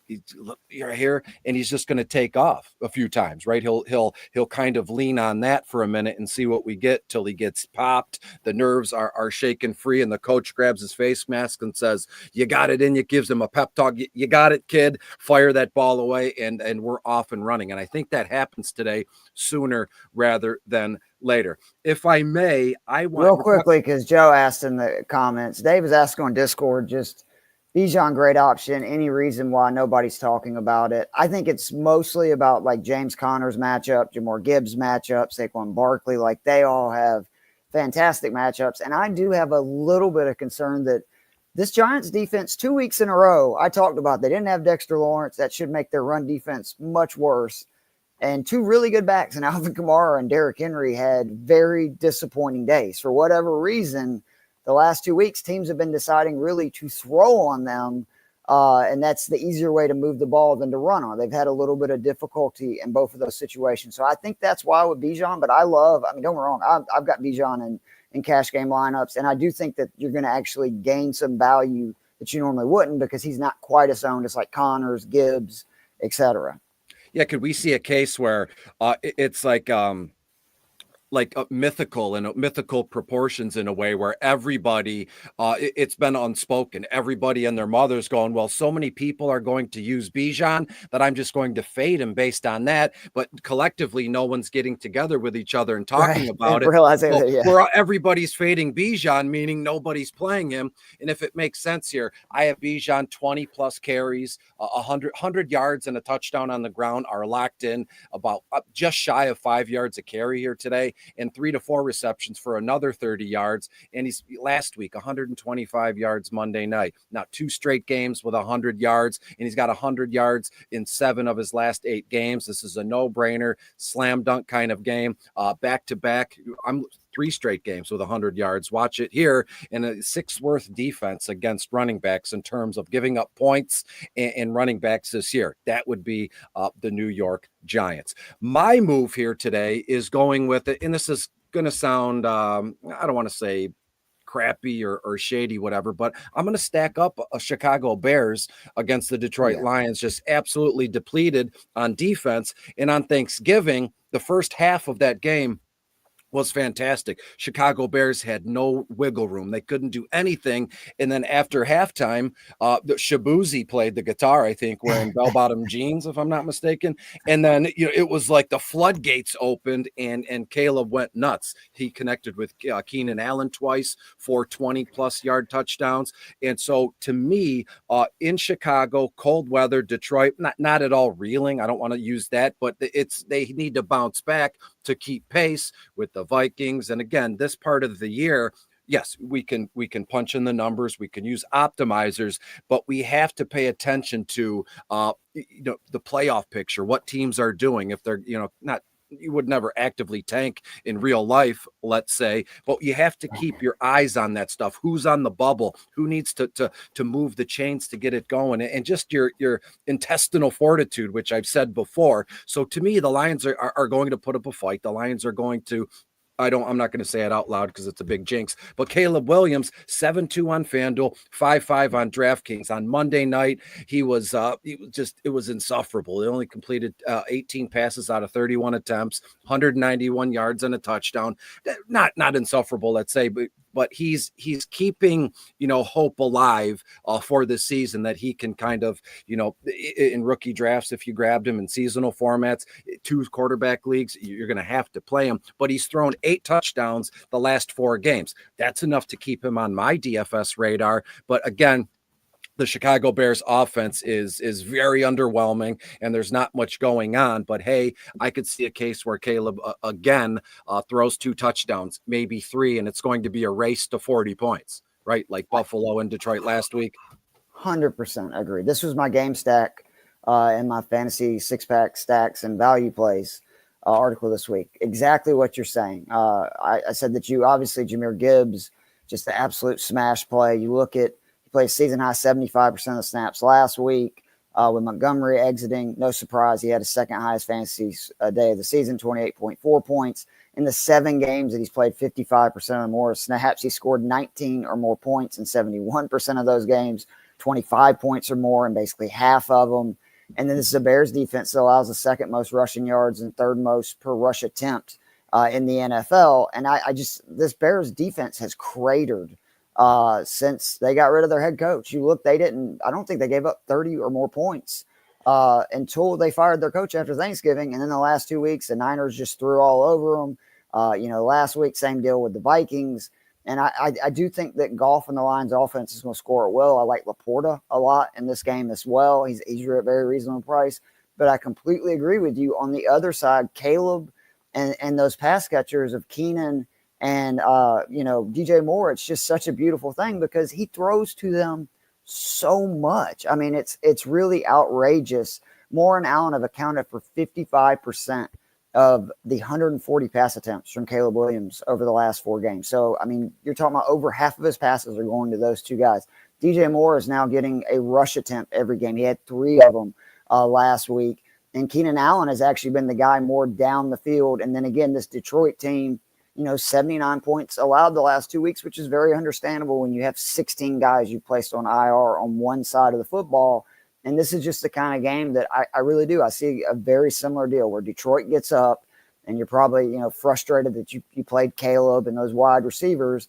And then when they're in just chuck mode in the second half, garbage time, whatever you want to call it, they end up all having pretty good fantasy days. Yeah, and let's not forget about Craig Reynolds. He is the consummate professional, shows up, does the work, keeps his head down. He's not in the papers in the locker room bitching and complaining about getting a shot or getting his chance. He's a Dan Campbell guy. He's a Brad Holmes kind of guy. Craig Reynolds, only $4,200 on FanDuel, $4,000 even on DK, and quickly a projection for him, 6 to 7 carries, around 30 yards. That could be a kind of a somewhat floor, like in between a floor and in the middle right there, and a reception or 2. There could be a case in time or a point in time here today where things they're not exactly the Lions per se. They're not out of the woods in terms of hammering this game home. But what are the chances that are they a little bit hesitant to give Gibbs a whole full workload like that? The kid, I would be. Yeah, it's like you can't afford to lose him at this point. Like y'all are still, I think, a legit Super Bowl contender with your offense as long as all your main pieces are still healthy. And I completely agree. Like I think maybe 65-70% of the snaps, perfect. But I think you'll see the minute this game is quote unquote out of hand, I'm with you. Like that, it's going to be next man up in that backfield. Let's get Gibbs some rest. Does anybody remember when we're kids, like in middle school, the science Olympiad and the first task? Oh yeah, drop an egg from the top of the bleachers with the box. Yeah. Or no, however you wanted to package see, it. we had to do it in a break. box, and you could do like parachutes, all kinds of crazy stuff. Whatever you wanted to do. That's how I'm looking at Gibbs or Amon-Ra, of Sam Laporta, even, how can we, as gently, like getting power bombed, but on a pillow, right? Power bombed on, a mattress, or something like that. So it's going to be crazy. It's going to be nuts. And again, can never enjoy a Lions game for the as long as I live, for the likes of me. Where are we going to go? What game you want to go to next? I mean, I have. All right. So I'm going to go and running backs. I got one because this is the game I'm like all in on, and maybe I'm going to be wrong and I'll have egg on my face, but the Raiders Jags to me is just absolute DFS DraftKings gold today, because on the Jacksonville side, you have a team that struggles running the ball. They've had a hard time running the ball now for going on 6-7 weeks. Mac Jones throws it to two guys, and they're both very reasonably priced. Like BTJ is just unbelievable. He's been cooking really good pass defenses the last couple of weeks. Now he gets the Raiders that are not good. And then Brenton Strange, I pumped him up all last week, and it was because Mac Jones, 31% of his pass attempts this season have been going to tight ends. And we've seen that when Evan Ingram's not in there, this has now been 6 times, 5 out of the 6 weeks, he's been a top 10 tight end. That was his first game without Ingram with Mac Jones, and he got 12 freaking targets, and he's still only 3,600 versus a Raiders team that allows top 5 receptions and receiving yards to tight end. So I love both of those guys. And then on the other side, I love Aiden O'Connell with Bowers and Myers.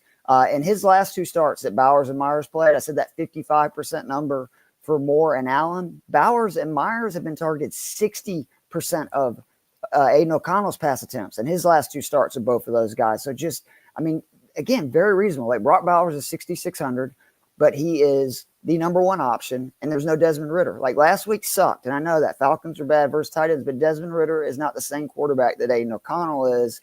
And this is a Jags pass defense. I don't think people realize how bad they are. They give up the most passing yards, 6th most receptions, 4th most yards per reception, most passing touchdowns, most passing plays at 20-plus yards, 9 more than any other team, most passing plays at 40-plus yards, 6 more than 2017s, and they rank dead last in DVOA. Just across the board, this is a awful secondary. I think there's going to be a lot of points in this game. I don't even hate playing the Raiders pass catching back, Amir Abdullah. I think there's a chance that him in that 4K range can easily get to his 3X number. Madison also catches passes. He's a little too expensive, in my opinion, for that range when there's like Tajay Spears and guys like that. But I love the pass catchers in this game because Bowers, Myers, BTJ, and Strange are going to get a huge target volume. And that's all you can really ask for in these things. And then both of them have good matchups. Like the Raiders struggle with wide receivers and tight ends, and the Jags struggle with anybody if it's against the pass. Yeah, I'm with you there. And if we dig just a little bit deeper, there's something about Washington, Parker Washington, and Malik Washington too in Miami. We'll get there if we get there.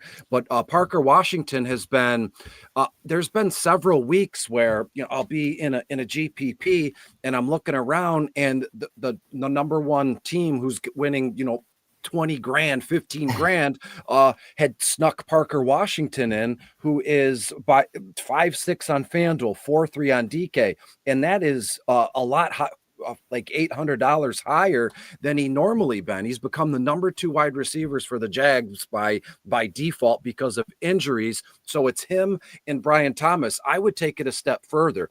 BTJ, I don't know. I mean, it makes sense why we're calling him that, but people will ask me questions and go, is it BTJ or, Coker or BTJ or this? And I'm like, who the F is BTJ? Brian Thomas Jr., Parker Washington. You can throw in Strange and boom, you got your full 4-game Jacksonville stack. And I'm cool with it. As you said, the DVPs across the board are awful. Team implied point totals.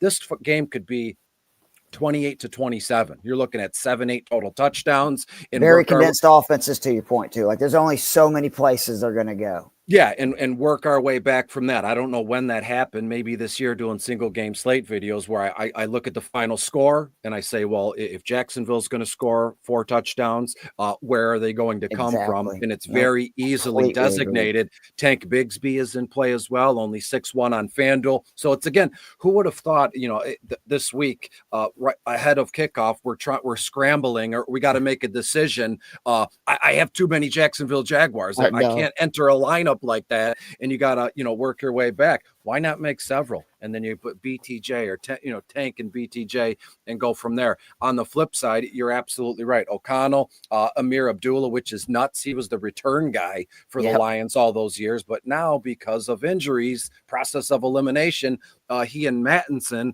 are getting all the targets and touches. Jacoby Myers, questionable tag, more than likely will play, and Trey Tucker, the Jacksonville Jags, awful 30th overall against opposing wide receivers. Abdullah, real quick, because I forgot this. In the last 4 games without McCormick, 3 of them Madison played. He had 21 targets and caught 19 passes. So if it's DraftKings PPR, he really is a safe play in that 4K range to get you 5-10 points with, potential if he scores a touchdown, whatever, get you 15-20. Yeah, if I may, Keith, I want to take us to, and this will be fun. I've always wanted to go to a football game. What is it, Highmark Stadium in Buffalo? Just cold and nasty. That, for some odd reason, in Buffalo and Green Bay, I want to see a game. I don't care who they're, if the Lions are in town or not, but I want it to be, 25 below zero. I want it to be snowing. I want it to be a memorable experience just to say I did. There's certain things in life, folks go, I want to try skydiving, or I want to bungee jump, just to say that I did, or make a meal from scratch that's so tough, because it's the experience to say I did. I'd love to see a Buffalo Bills game in Buffalo, and why not sometime soon with Josh Allen as quarterback? And again, when you look at this one, Buffalo's projected literally to score 30 plus points. 30.3 is their projected score, while the Patriots are projected around, I would say 17.3, which might as well round up to 2021. Therefore, I would prefer Drake May and some GPPs for the heck of it. And again, what's great about this game, I've said process of elimination a few times in regards to players that are in the starting spotlight because of injuries. When you look at Drake May and the Patriots, they're gonna lose big time, right? This, NFC or AFC East, this team or this division's been dominated all those years. See what I'm saying? These storylines matter when it gets to this season, and there's pride, and these guys want to do what they can do, and the Patriots are going to get smoked, blown out, spanked, bent over, however many cliches we can think of. But therefore, Drake May is going to be put in a position where he's going to be asked to push the ball, push the pace of play. Time of possession is going to be skewed towards, I think New England is going to win the time of possession, because Buffalo and Josh Allen will be able to score at will. Someone write this down. I'll write it down too, but I'm going to bet that the Buffalo Bills score at minimum twice on like a 2 or 3 play drive. Just boom, a shot, and they score.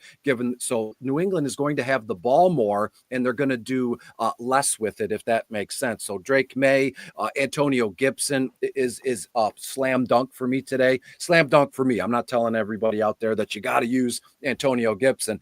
I could see a case here where Gibson finds the end zone twice, on the ground, in the air. Well, Chris, what about Ramondre Stevenson? Sure, he's there. It's just this weird gut feeling as how the game will progress in my eyes. I think goes that way, Gibson is on the field more in those situations, and that's what happens with flip-flops. Yeah, it's just a feeling that's hard to explain, and so people say, well, it's a gut feeling, and the only way folks are trusted, like with gut feelings, is experience. I think the 14-point spread says it's not a gut feeling. You're probably on to something. Yeah, well, those results, like if I had a friend over here who's never played DFS, and he gets on the camera and says, I got a gut feeling, so and so. Well, what have you done? What's your work? What's your body of work to why we should trust you? I'm not the end all be all of anything, but I have a feeling that Antonio Gibson scores twice, and given his price tag, that's why Gibson is a slam dunk for me.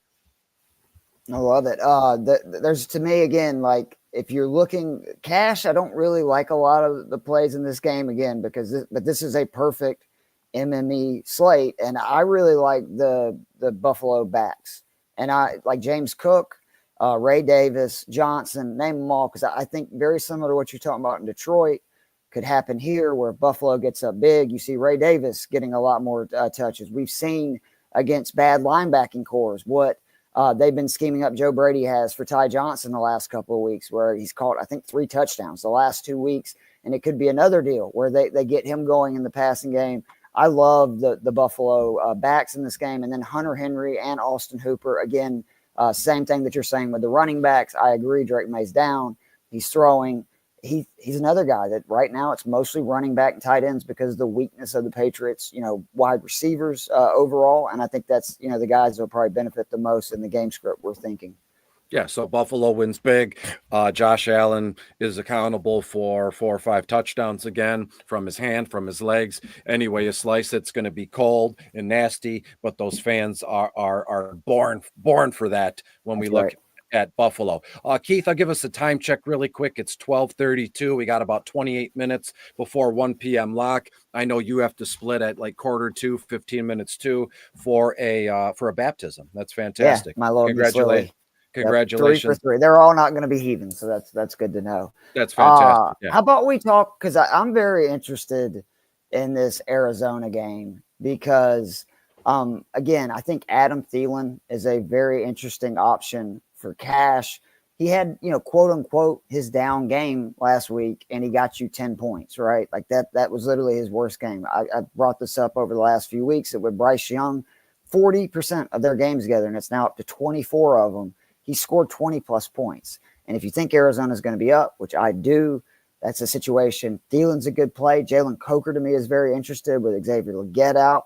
I like Chuba Hubbard as well because of, again, all the Carolina backs basically being out of the way now. RIP to Jonathan Brooks getting injured again, but he's somebody that's involved in the passing game a lot as well. And with Legette out, I could see him getting targeted even more. But James Conner to me is just the smash of all smash plays. Like he is going to be in probably 90% of both my cash and MMEs. He's 7,100. He has the best matchup of any running back on the slate, and a lot of running backs have very good matchups. This Panthers defense, they allow 24 more rushing yards to opposing running backs than any other team in the NFL. It is very rare that you see that kind of disparity, even amongst the bad teams between first and second. And we saw this from James Conner last year, where he just feasted through what was the fantasy playoffs, the last part of the season, and he's on his way to doing it again with scoring 20 plus points 2 weeks ago. He scored 30 plus points last week. I love that. But I will say on the Arizona side, the only 2 guys I really trust are McBride and Connors. I think from there it gets really risky to where, again, all those Carolina pass catchers to me are very interesting. If you think like me, Arizona is going to get up in this game, James Conner is going to run wild. And then it's just, you kind of pick and choose which guys you want out of that Carolina side. Yeah, I have I wake up in the morning. To be fair, at night when I'm in bed, I have my phone and I'm just building lineups, just brainstorming. No numbers, no computer, no pen and paper. I'm just building on how I would like the lineup to look. Gambit, like how she doesn't even have a chessboard and she's literally playing chess in her mind on the ceiling. Yeah. That's Chris Robbin early in the morning. That's how I'm thinking. To be fair, like if it's, let's say it's Wednesday, right? And the Thursday night football single game slate is the next day. I get in bed and I forget who's playing tomorrow. I have to look it up, and then I just put my phone down and I'm in bed. I just enjoy it. Instead of, dreaming about, presents and Christmas trees and stuff. I'm thinking about how to move. Where am I going to go with the single game slate? And when I did this for this game, it was insane. I have a lot of fun. But what I was going to ask you, Gibbs, Jahmyr Gibbs or James Conner, because I built the line where I can only do one of them. Bijan is locked in. I have it where it's what's his name, Brock Bowers and Strange, so flex and tight end. So I'm building lines with Gibbs or Conner. And I to be fair, I have Gibbs's projection maybe 2-3 points more, but that's written. It's not written in stone. It's just written in a number. Which way would you go if I could ask you that? I mean, to be fair, I have Gibbs and Connors in a lot of lineups because, again, building lineups with O'Connell, Penix, and a lot of mid-tier receivers are like DJ Moore, Malik Neighbors, those guys in that 5-6K range. Matt Collins, I locked in one of those lines because I needed it just some dough. makes it easier for me to basically, I have 2 or 3 expensive running backs in most of my lineups. But if I had to just pick one, it would be James Conner, again, just because Trey Benson's banged up. James Conner's workload has been going up big time, and Carolina is by far the worst rush defense in the NFL. Absolutely. Time check. You got to split in about what, like 10 minutes or so? Yeah, give or take. Yeah. Don't let me keep you. You want to go? Say, Chris, shut the heck up. I need to split, and we'll go from there. So to you then, because I'll have about 10, 15 minutes to just drone on and carry on. What's a game that you don't want to leave without talking about briefly? Definitely Miami, San Francisco. Have at it. So much interesting stuff here. Like Patrick Taylor is the guy that I didn't get to, but you can make a really strong case that almost any running back that you put in the backfield with Kyle Shanahan calling plays, they're pretty successful, and they run so many, they're on the field so much. Like it was, whether it was Grindo, he's playing 85, 90% of the snaps. It was Mason, 85, 90%. CMC came back 85, 90. So I do believe there's a good chance Taylor plays 85, 90%. And we've seen him in Green Bay. I know you're very well of this. He's a good pass catching back too. And he's Absolutely. had some good games, like, spelling for Aaron Jones, etc. So he's very interesting. I think Juwan, but I do think San Francisco maybe throws a little bit more this week, just in general, because of the lack of depth at running back. That's very good for George Kittle. That's very good for Juwan Jennings. These guys, because they're another very condensed offense. Like really, it's Jennings, Kittle, and then there's a pretty big drop off to get to the Debos. But the other side is where like Malik Washington is in a ton of my lineups today. Because you get the kick punt returning upside. Like he's so electric, he could take one of those back for a score. We'll take those free points. And then he's going to be involved in the passing game because we know no Waddle. Hill's banged up. And then other than that, it's just Janu Smith, who I do again like this week. But the guy that I think is not being talked about is Devon Achane, because last week after the Waddle injury, he lined up as a receiver on 47% of the snaps. They're talking about that number could be even higher because he is, by a lot of metrics, one of the most dangerous, like just straight up wide receivers when he's lined up as a wide receiver in football. And it would not surprise me with all these injuries, no Waddle, etc. They just basically make Achane a wide receiver in a lot of situations this game. And with Tua, he averages 6 receptions per game anyway this season. So now you're talking about a guy with his explosiveness. We know at any point he can, take it to the house. He's been scoring a lot of touchdowns in the red zone for him. He's getting, most of those carries as well. And then on top of that, you're giving me a floor of like 6 to 8 receptions, for 50 yards. He may end up actually being the best wide receiver play in cash this week, because I do think that San Francisco is going to score.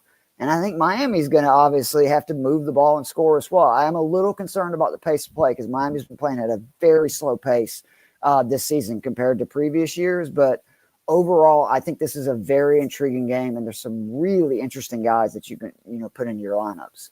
Yeah, I have this game's going to be decided by a field goal, whether it's, a walk-off as time expires or, with 45 seconds left, San Francisco kicks a field goal, gives it to Miami, and then boom, 4th down stop. Frisco gets the ball back with 12 seconds and they're toast. But when we look at Parker Washington, a few things in play for me here, right? They cut Odell Beckham Jr. and then Tyreek Hill. I don't know. I think it was a few days ago this week where he says, what did he say? And he tweeted, "Coach, I got to go. Coach." Yeah, it was like some cryptic thing. And and everybody said, well, there was no comma in there. Like, "Coach, I got you." Like, it's like, oh my gosh. It's so Tyreek Hill is getting restless. He's questionable. More than likely will play. So they're like, okay, we'll get Jalen Waddle the ball. Ashane, as you said, is lining up and going to hammer some stuff home. But Malik Washington, I have 5-6 targets. Let's be a little bit ambitious and give him 4 to 5 catches would be fantastic. He had 5 last week, and he really only played about half the snaps at receiver after Waddle got hurt. Yeah. And he had 6 targets. Yeah, he had led the team 52 receiving yards on 6 targets. And he's very much a flex play option. And Waddle misses. So Waddle's in the mix to not be playing as well. I think he's out. I'm pretty sure they ruled him out. then that's even better. But I will say, the San Francisco 49ers, they were the original decimated by injuries team at the beginning of the season, and they were unable to arise from that. But again, their pass defense, they're only allowing 194 passing yards a game. That's the first overall, but can Tua, work his magic on the road in San Francisco, or excuse me, they're at home. So they're either way, Miami or San Francisco, both are nice, warm climates, Miami being more so. So give me the idea of Malik Washington is fantastic. On the flip side, not too much going on for me with San Francisco other than Patrick Taylor. And you're saying, I have it like a 24-23 kind of final score, one over the other with a field goal. Deebo Samuel he's like the Tin Man. If you don't use him, he locks up. He freezes. Give me oil. That guy, is he toast? Have all those lower body, soft tissue injuries caught up with him? Or is the fire might not be there because they have nothing left going on. They've already been, correct me if I'm wrong, have they already been eliminated from playoff contention? I'd imagine because their division. Yes, they were. Or are you talking about San Francisco? San Francisco, yeah. See, well. Yeah. So there's not much left to go on there. Anything you want to say last minute before you get the heck out of here? About 18 minutes to one. I think Saquon Barkley is a great play for cash and MME this week. He is because of Gibbs, Connors, like Bijan, all these guys having that, that beautiful green number next to their names, right? And Washington is 12th. I think people are sleeping on the fact that Washington allows the second most rushing yards per game. He absolutely cooked Washington in the first matchup. He rushed for, I think it was like 150 yards. He had 2 touchdowns. He caught 2 passes for 50 yards. And then his ownership, I think it was at like 3% projection. Last time I checked it yesterday. And like this is a huge game for the Eagles. The Eagles are in a situation where if they went out and they can get both Minnesota and Detroit to lose a game somewhere along the way, and that one of them is going to because they play each other still before the year's over with, all of a sudden they got that number 1 seed. And I just think the easiest way to go on the road is to run the ball. And part of the reason why they threw so much last week in that home game versus Pittsburgh was to go ahead and get that narrative over with that we can throw the ball and it's matchup dependent, because I think they were looking at this week, we're going to get back to just feeding the beast. So I really do like Barkley. I know it's hard to swallow at 8,300, but with Bijan being like right at AK, even, Gibbs 76, like all those guys are pretty expensive. Getting Barkley at a low ownership to me is pretty enticing versus, again, the defense that allows the second most rushing yards per carry and a defense that he cooked in their first matchup a month ago. Yeah, Barkley has a chance today to go over 2,000 all-purpose yards for the season. If I'm looking at the numbers correct, he's got 1,688 rushing yards and he has 276 passing yards. So he needs 140 the last three to break the rushing record, all-time record. It's a lock who'll go over 2,000 all-purpose today. I mean, he only needs like 40-something, 50-something all-purpose yards. 13 total touchdowns is just fantastic. Locked in for 20-plus carries, 100 yards, a touchdown. You got to love a running back who it's like he's going to score 1. What are the chances he gets to 2 or 3? You know what I mean? That's the upside there with him, and it's fantastic. And as you said, the Commanders have given up 13 rushing touchdowns on the ground this year. It's literally right in the middle, 15th overall. And they're allowing, 132.1 rushing yards a game. And with those touchdowns, 100 yards and 1 touchdown is a lock. Keith, I'll let you get the heck out of here. You got 1 more minute before you got to split. Thank you so much. Merry Christmas. I'm sure we'll talk. Absolutely, bro. Yeah, we'll talk soon. But I appreciate you. Good luck to everybody out there. And again, sorry, I hate to leave you hanging, but it's for the niece. You don't want to have your sister mad at you right before Christmas. Yeah, so, send me you can know how you can make up for it. Send me a Gibbs auto rookie or something. It doesn't even, it could be no problem. Panini or Mosaic. So even if it's unlicensed, I don't care. Just hit me with it. All right, later, guys, Keith. We'll talk to you. So everybody, you're left with me. You're stuck with me, but it's only about 15 minutes before we get the heck out of here and Locke is going. I do want to say my apologies. Bottom of the Barrel was not published this week. I had the notes. I did it in the WordPress, but it's the time of year where you get not caught up let's say, but I had little parties or invited to, like Saturday, I was invited to a Special Olympics, like a Christmas bowling tournament. And how are you supposed to say no? And a lot of the guys, girls and guys there, I've coached basketball or I've coached, softball, and it's fantastic. They light up when they see me. I light up when they see them, but I do apologize. And I know I've said this a bunch of times. I know Dave is big on it too. Real life before, fantasy life. And I've made my hay over the years with, putting DFS, the videos, the articles first. I put my foot on the gas, and it's led to, being exhausted or burned out, which isn't fun. And, I didn't purposefully not do it. I had the best of intentions, right? We all have good intentions. Every thought I have is, or all of us is of the good intention nature. And sometimes, things fall through the things fall through the cracks, excuse me. And that's what happens. Go to the old folks home to see your grandma or your grandpa, and then you get caught there for 2 hours because everybody else, all the other older folks want to talk to you. And I'm never going to tell someone no if they want to tell me a story about how they went dancing after the war in the 50s or the 60s, something like that. So I had the best intentions. I didn't purposefully not do it, but that's where my head was. And again, we'll make up for it later. But sometimes if you're all foot on the gas, or you're putting out content so much where you're like, nobody can keep up with me, or I'm going to dwarf everybody else around me. Sure, that's fantastic. But at what cost? Are you're cutting off relationships with your girlfriends, boyfriends, husbands, wives, your mom, your dad, something like that. So be careful. It's okay to put your foot on the gas and put out content and broadcasting, or you're doing spreadsheets for work. But what's the cost? And normally, it's, you could kind of sway where, what, I don't need to go out with her tonight. I'm going to stay here and do my article. And that's all fine and dandy. But when it comes to the holiday season,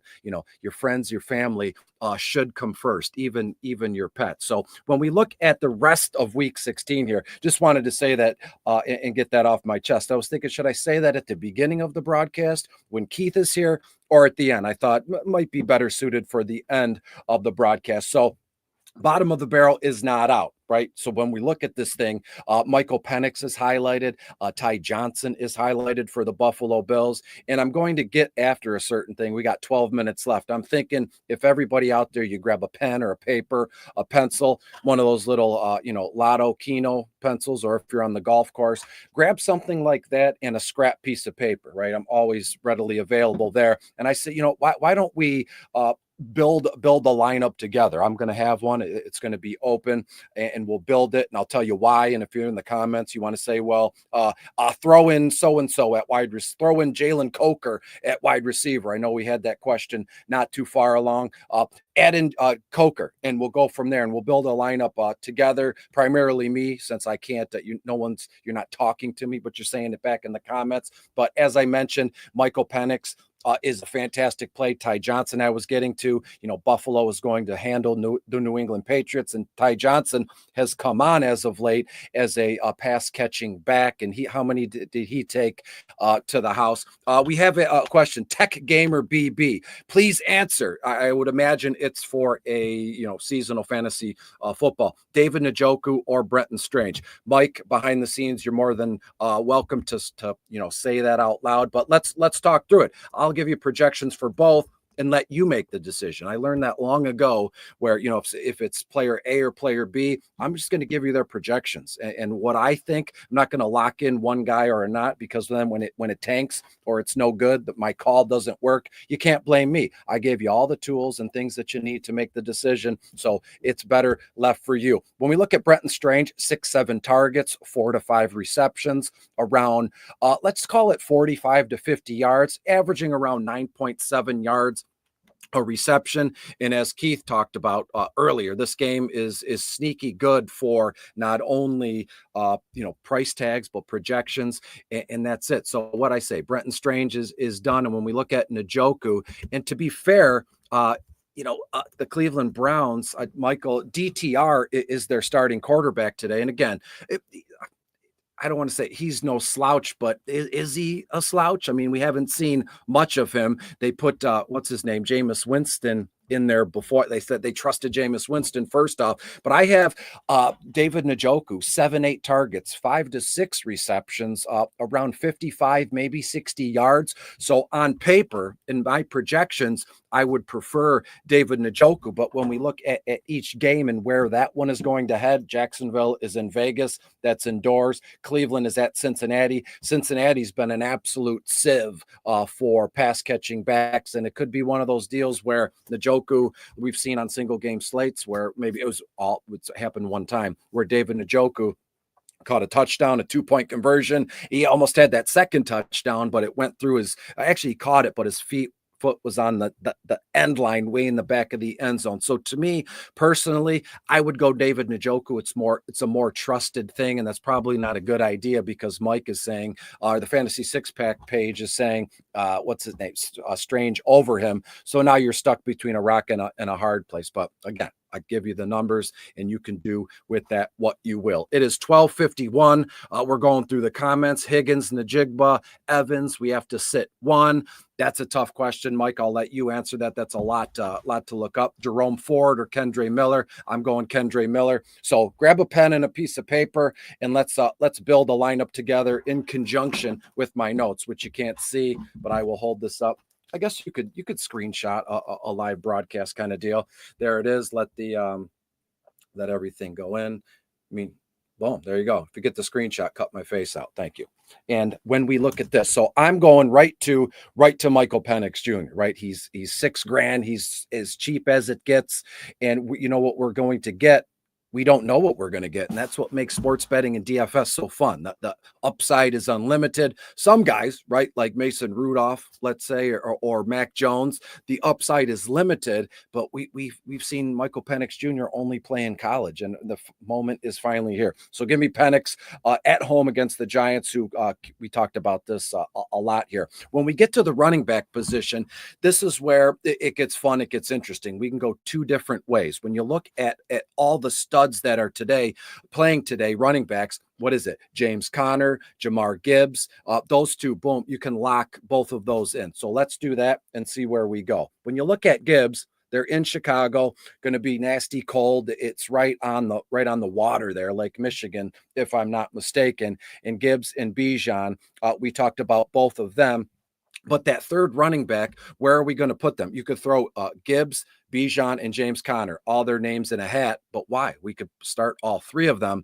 Sure, that works. So let's throw in James Conner in the flex. This would be a lot more fun. I didn't know it's going to. If I could share my screen at the same time. But we're building here. See, I'm not putting you on. So as of right now, we got Michael Penix Jr. check. Hopefully you got a pen and paper and you're writing it down. Jahmyr Gibbs, Bijan Robinson in Atlanta, and then James Conner on the road in Carolina. When we get to the wide receiver portion here, and Keith touched on this as well, going to reference him a few times.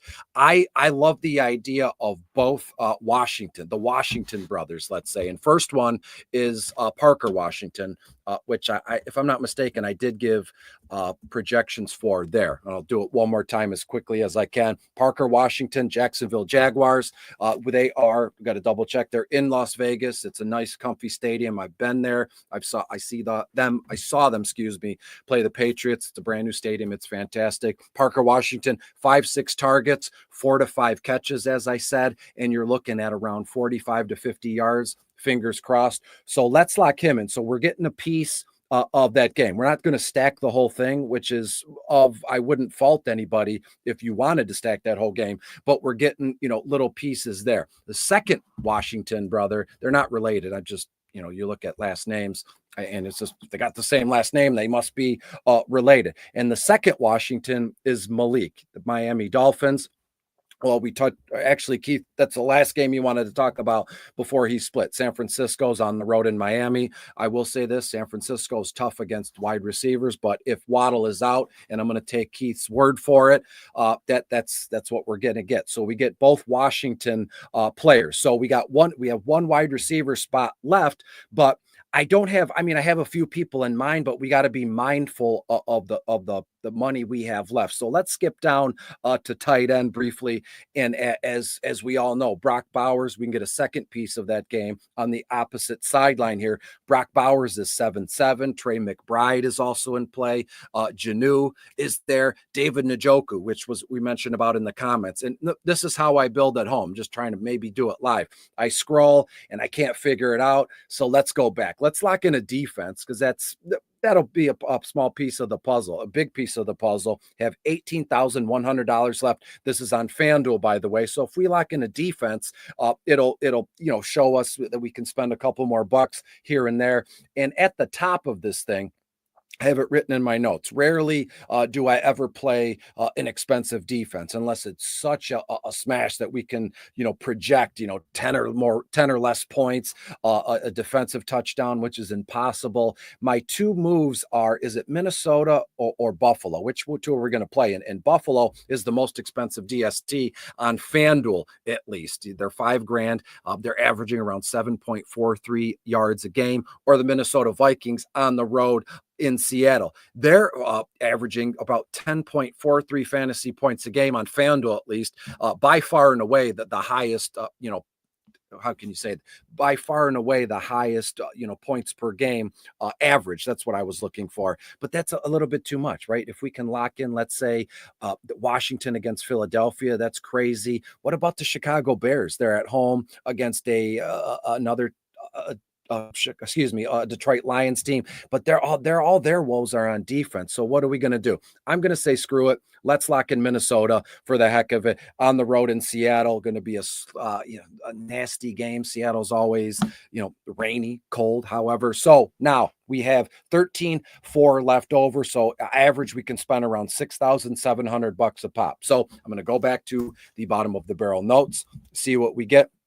Another move would be to Brandon Cooks, and no one's talked about him or the Dallas Cowboys per se. And when we look at Dallas in this spot or in this slate, it's Sunday Night Football, but it's still considered part of the FanDuel main slate. So Brandon Cooks, now that he's healthy, he's going to see some targets. And look at Cooks, 5.7 on FanDuel, and the DVP's 23rd overall. And to be fair, Tampa Bay's been involved in some higher end games in terms of points and yardage. But let's scrub him from the mix because it's Sunday Night Football. We want our answers now. We want our answers in the 1 p.m. main slate. So where are we going to go? I know folks have mentioned Jalen Coker, Trey Tucker in Vegas. And again, we have the one piece of the Vegas Jacksonville puzzle, Parker Washington. I just don't see it enough there. And again, Jacksonville 30th overall. I'm going to not buck the trend, but give me a little bit of Mac Hollins. He's come on as of late. He's walking around barefooted. Got to be a work. Got to be a gimmick. He walked into the stadium. I think it was Sunday Night Football, something like that. There's snow and ice all over, and he's walking in barefooted. So he can be closer to the earth, closer to the ground. Saw a story. We've got about 2 minutes left before we get the heck out of here. I saw a story about a married couple. They're young. They're my age. They wear shoes, but they cut the soles and the bottoms off. And they go everywhere, because if you walked into a grocery store without shoes on, they tell you to leave. I think that's a mental health issue. You're cutting off the soles of your shoes so you can walk around barefooted. Let's lock in a tight end. We have $8,200 left, and boom, Brock Bowers is right at the top. He's only 7-7. So again, we have the lineup. It is built. It's done. We have $500 left. If you want to tinker, I highly advise against that, but I'm going to lock that in the last 30 seconds of the broadcast. Everybody, pen, paper, whatever you want to do. Michael Penix Jr. is our quarterback. Jamar Gibbs is our running back. Bijan Robinson, the other running back. Both Washington dudes, Parker and Malik. Mac Hollins is that third wide receiver. Brock Bowers is our tight end. James Conner is in the flex spot, and the Minnesota Vikings are our DST for this week. So everybody out there, have a great holiday. Have a Merry Christmas. Be safe. If you're going to drink, don't drive. If you're going to not drink, give someone else a ride. If they're drinking, just do nothing stupid. Enjoy your friends. Enjoy your family. I will see you again soon. And we'll talk about Sunday Night Football. As I've said, Tampa Bay is at Dallas. Be good. Be safe. Good luck this week, and have a Merry Christmas. Bye-bye.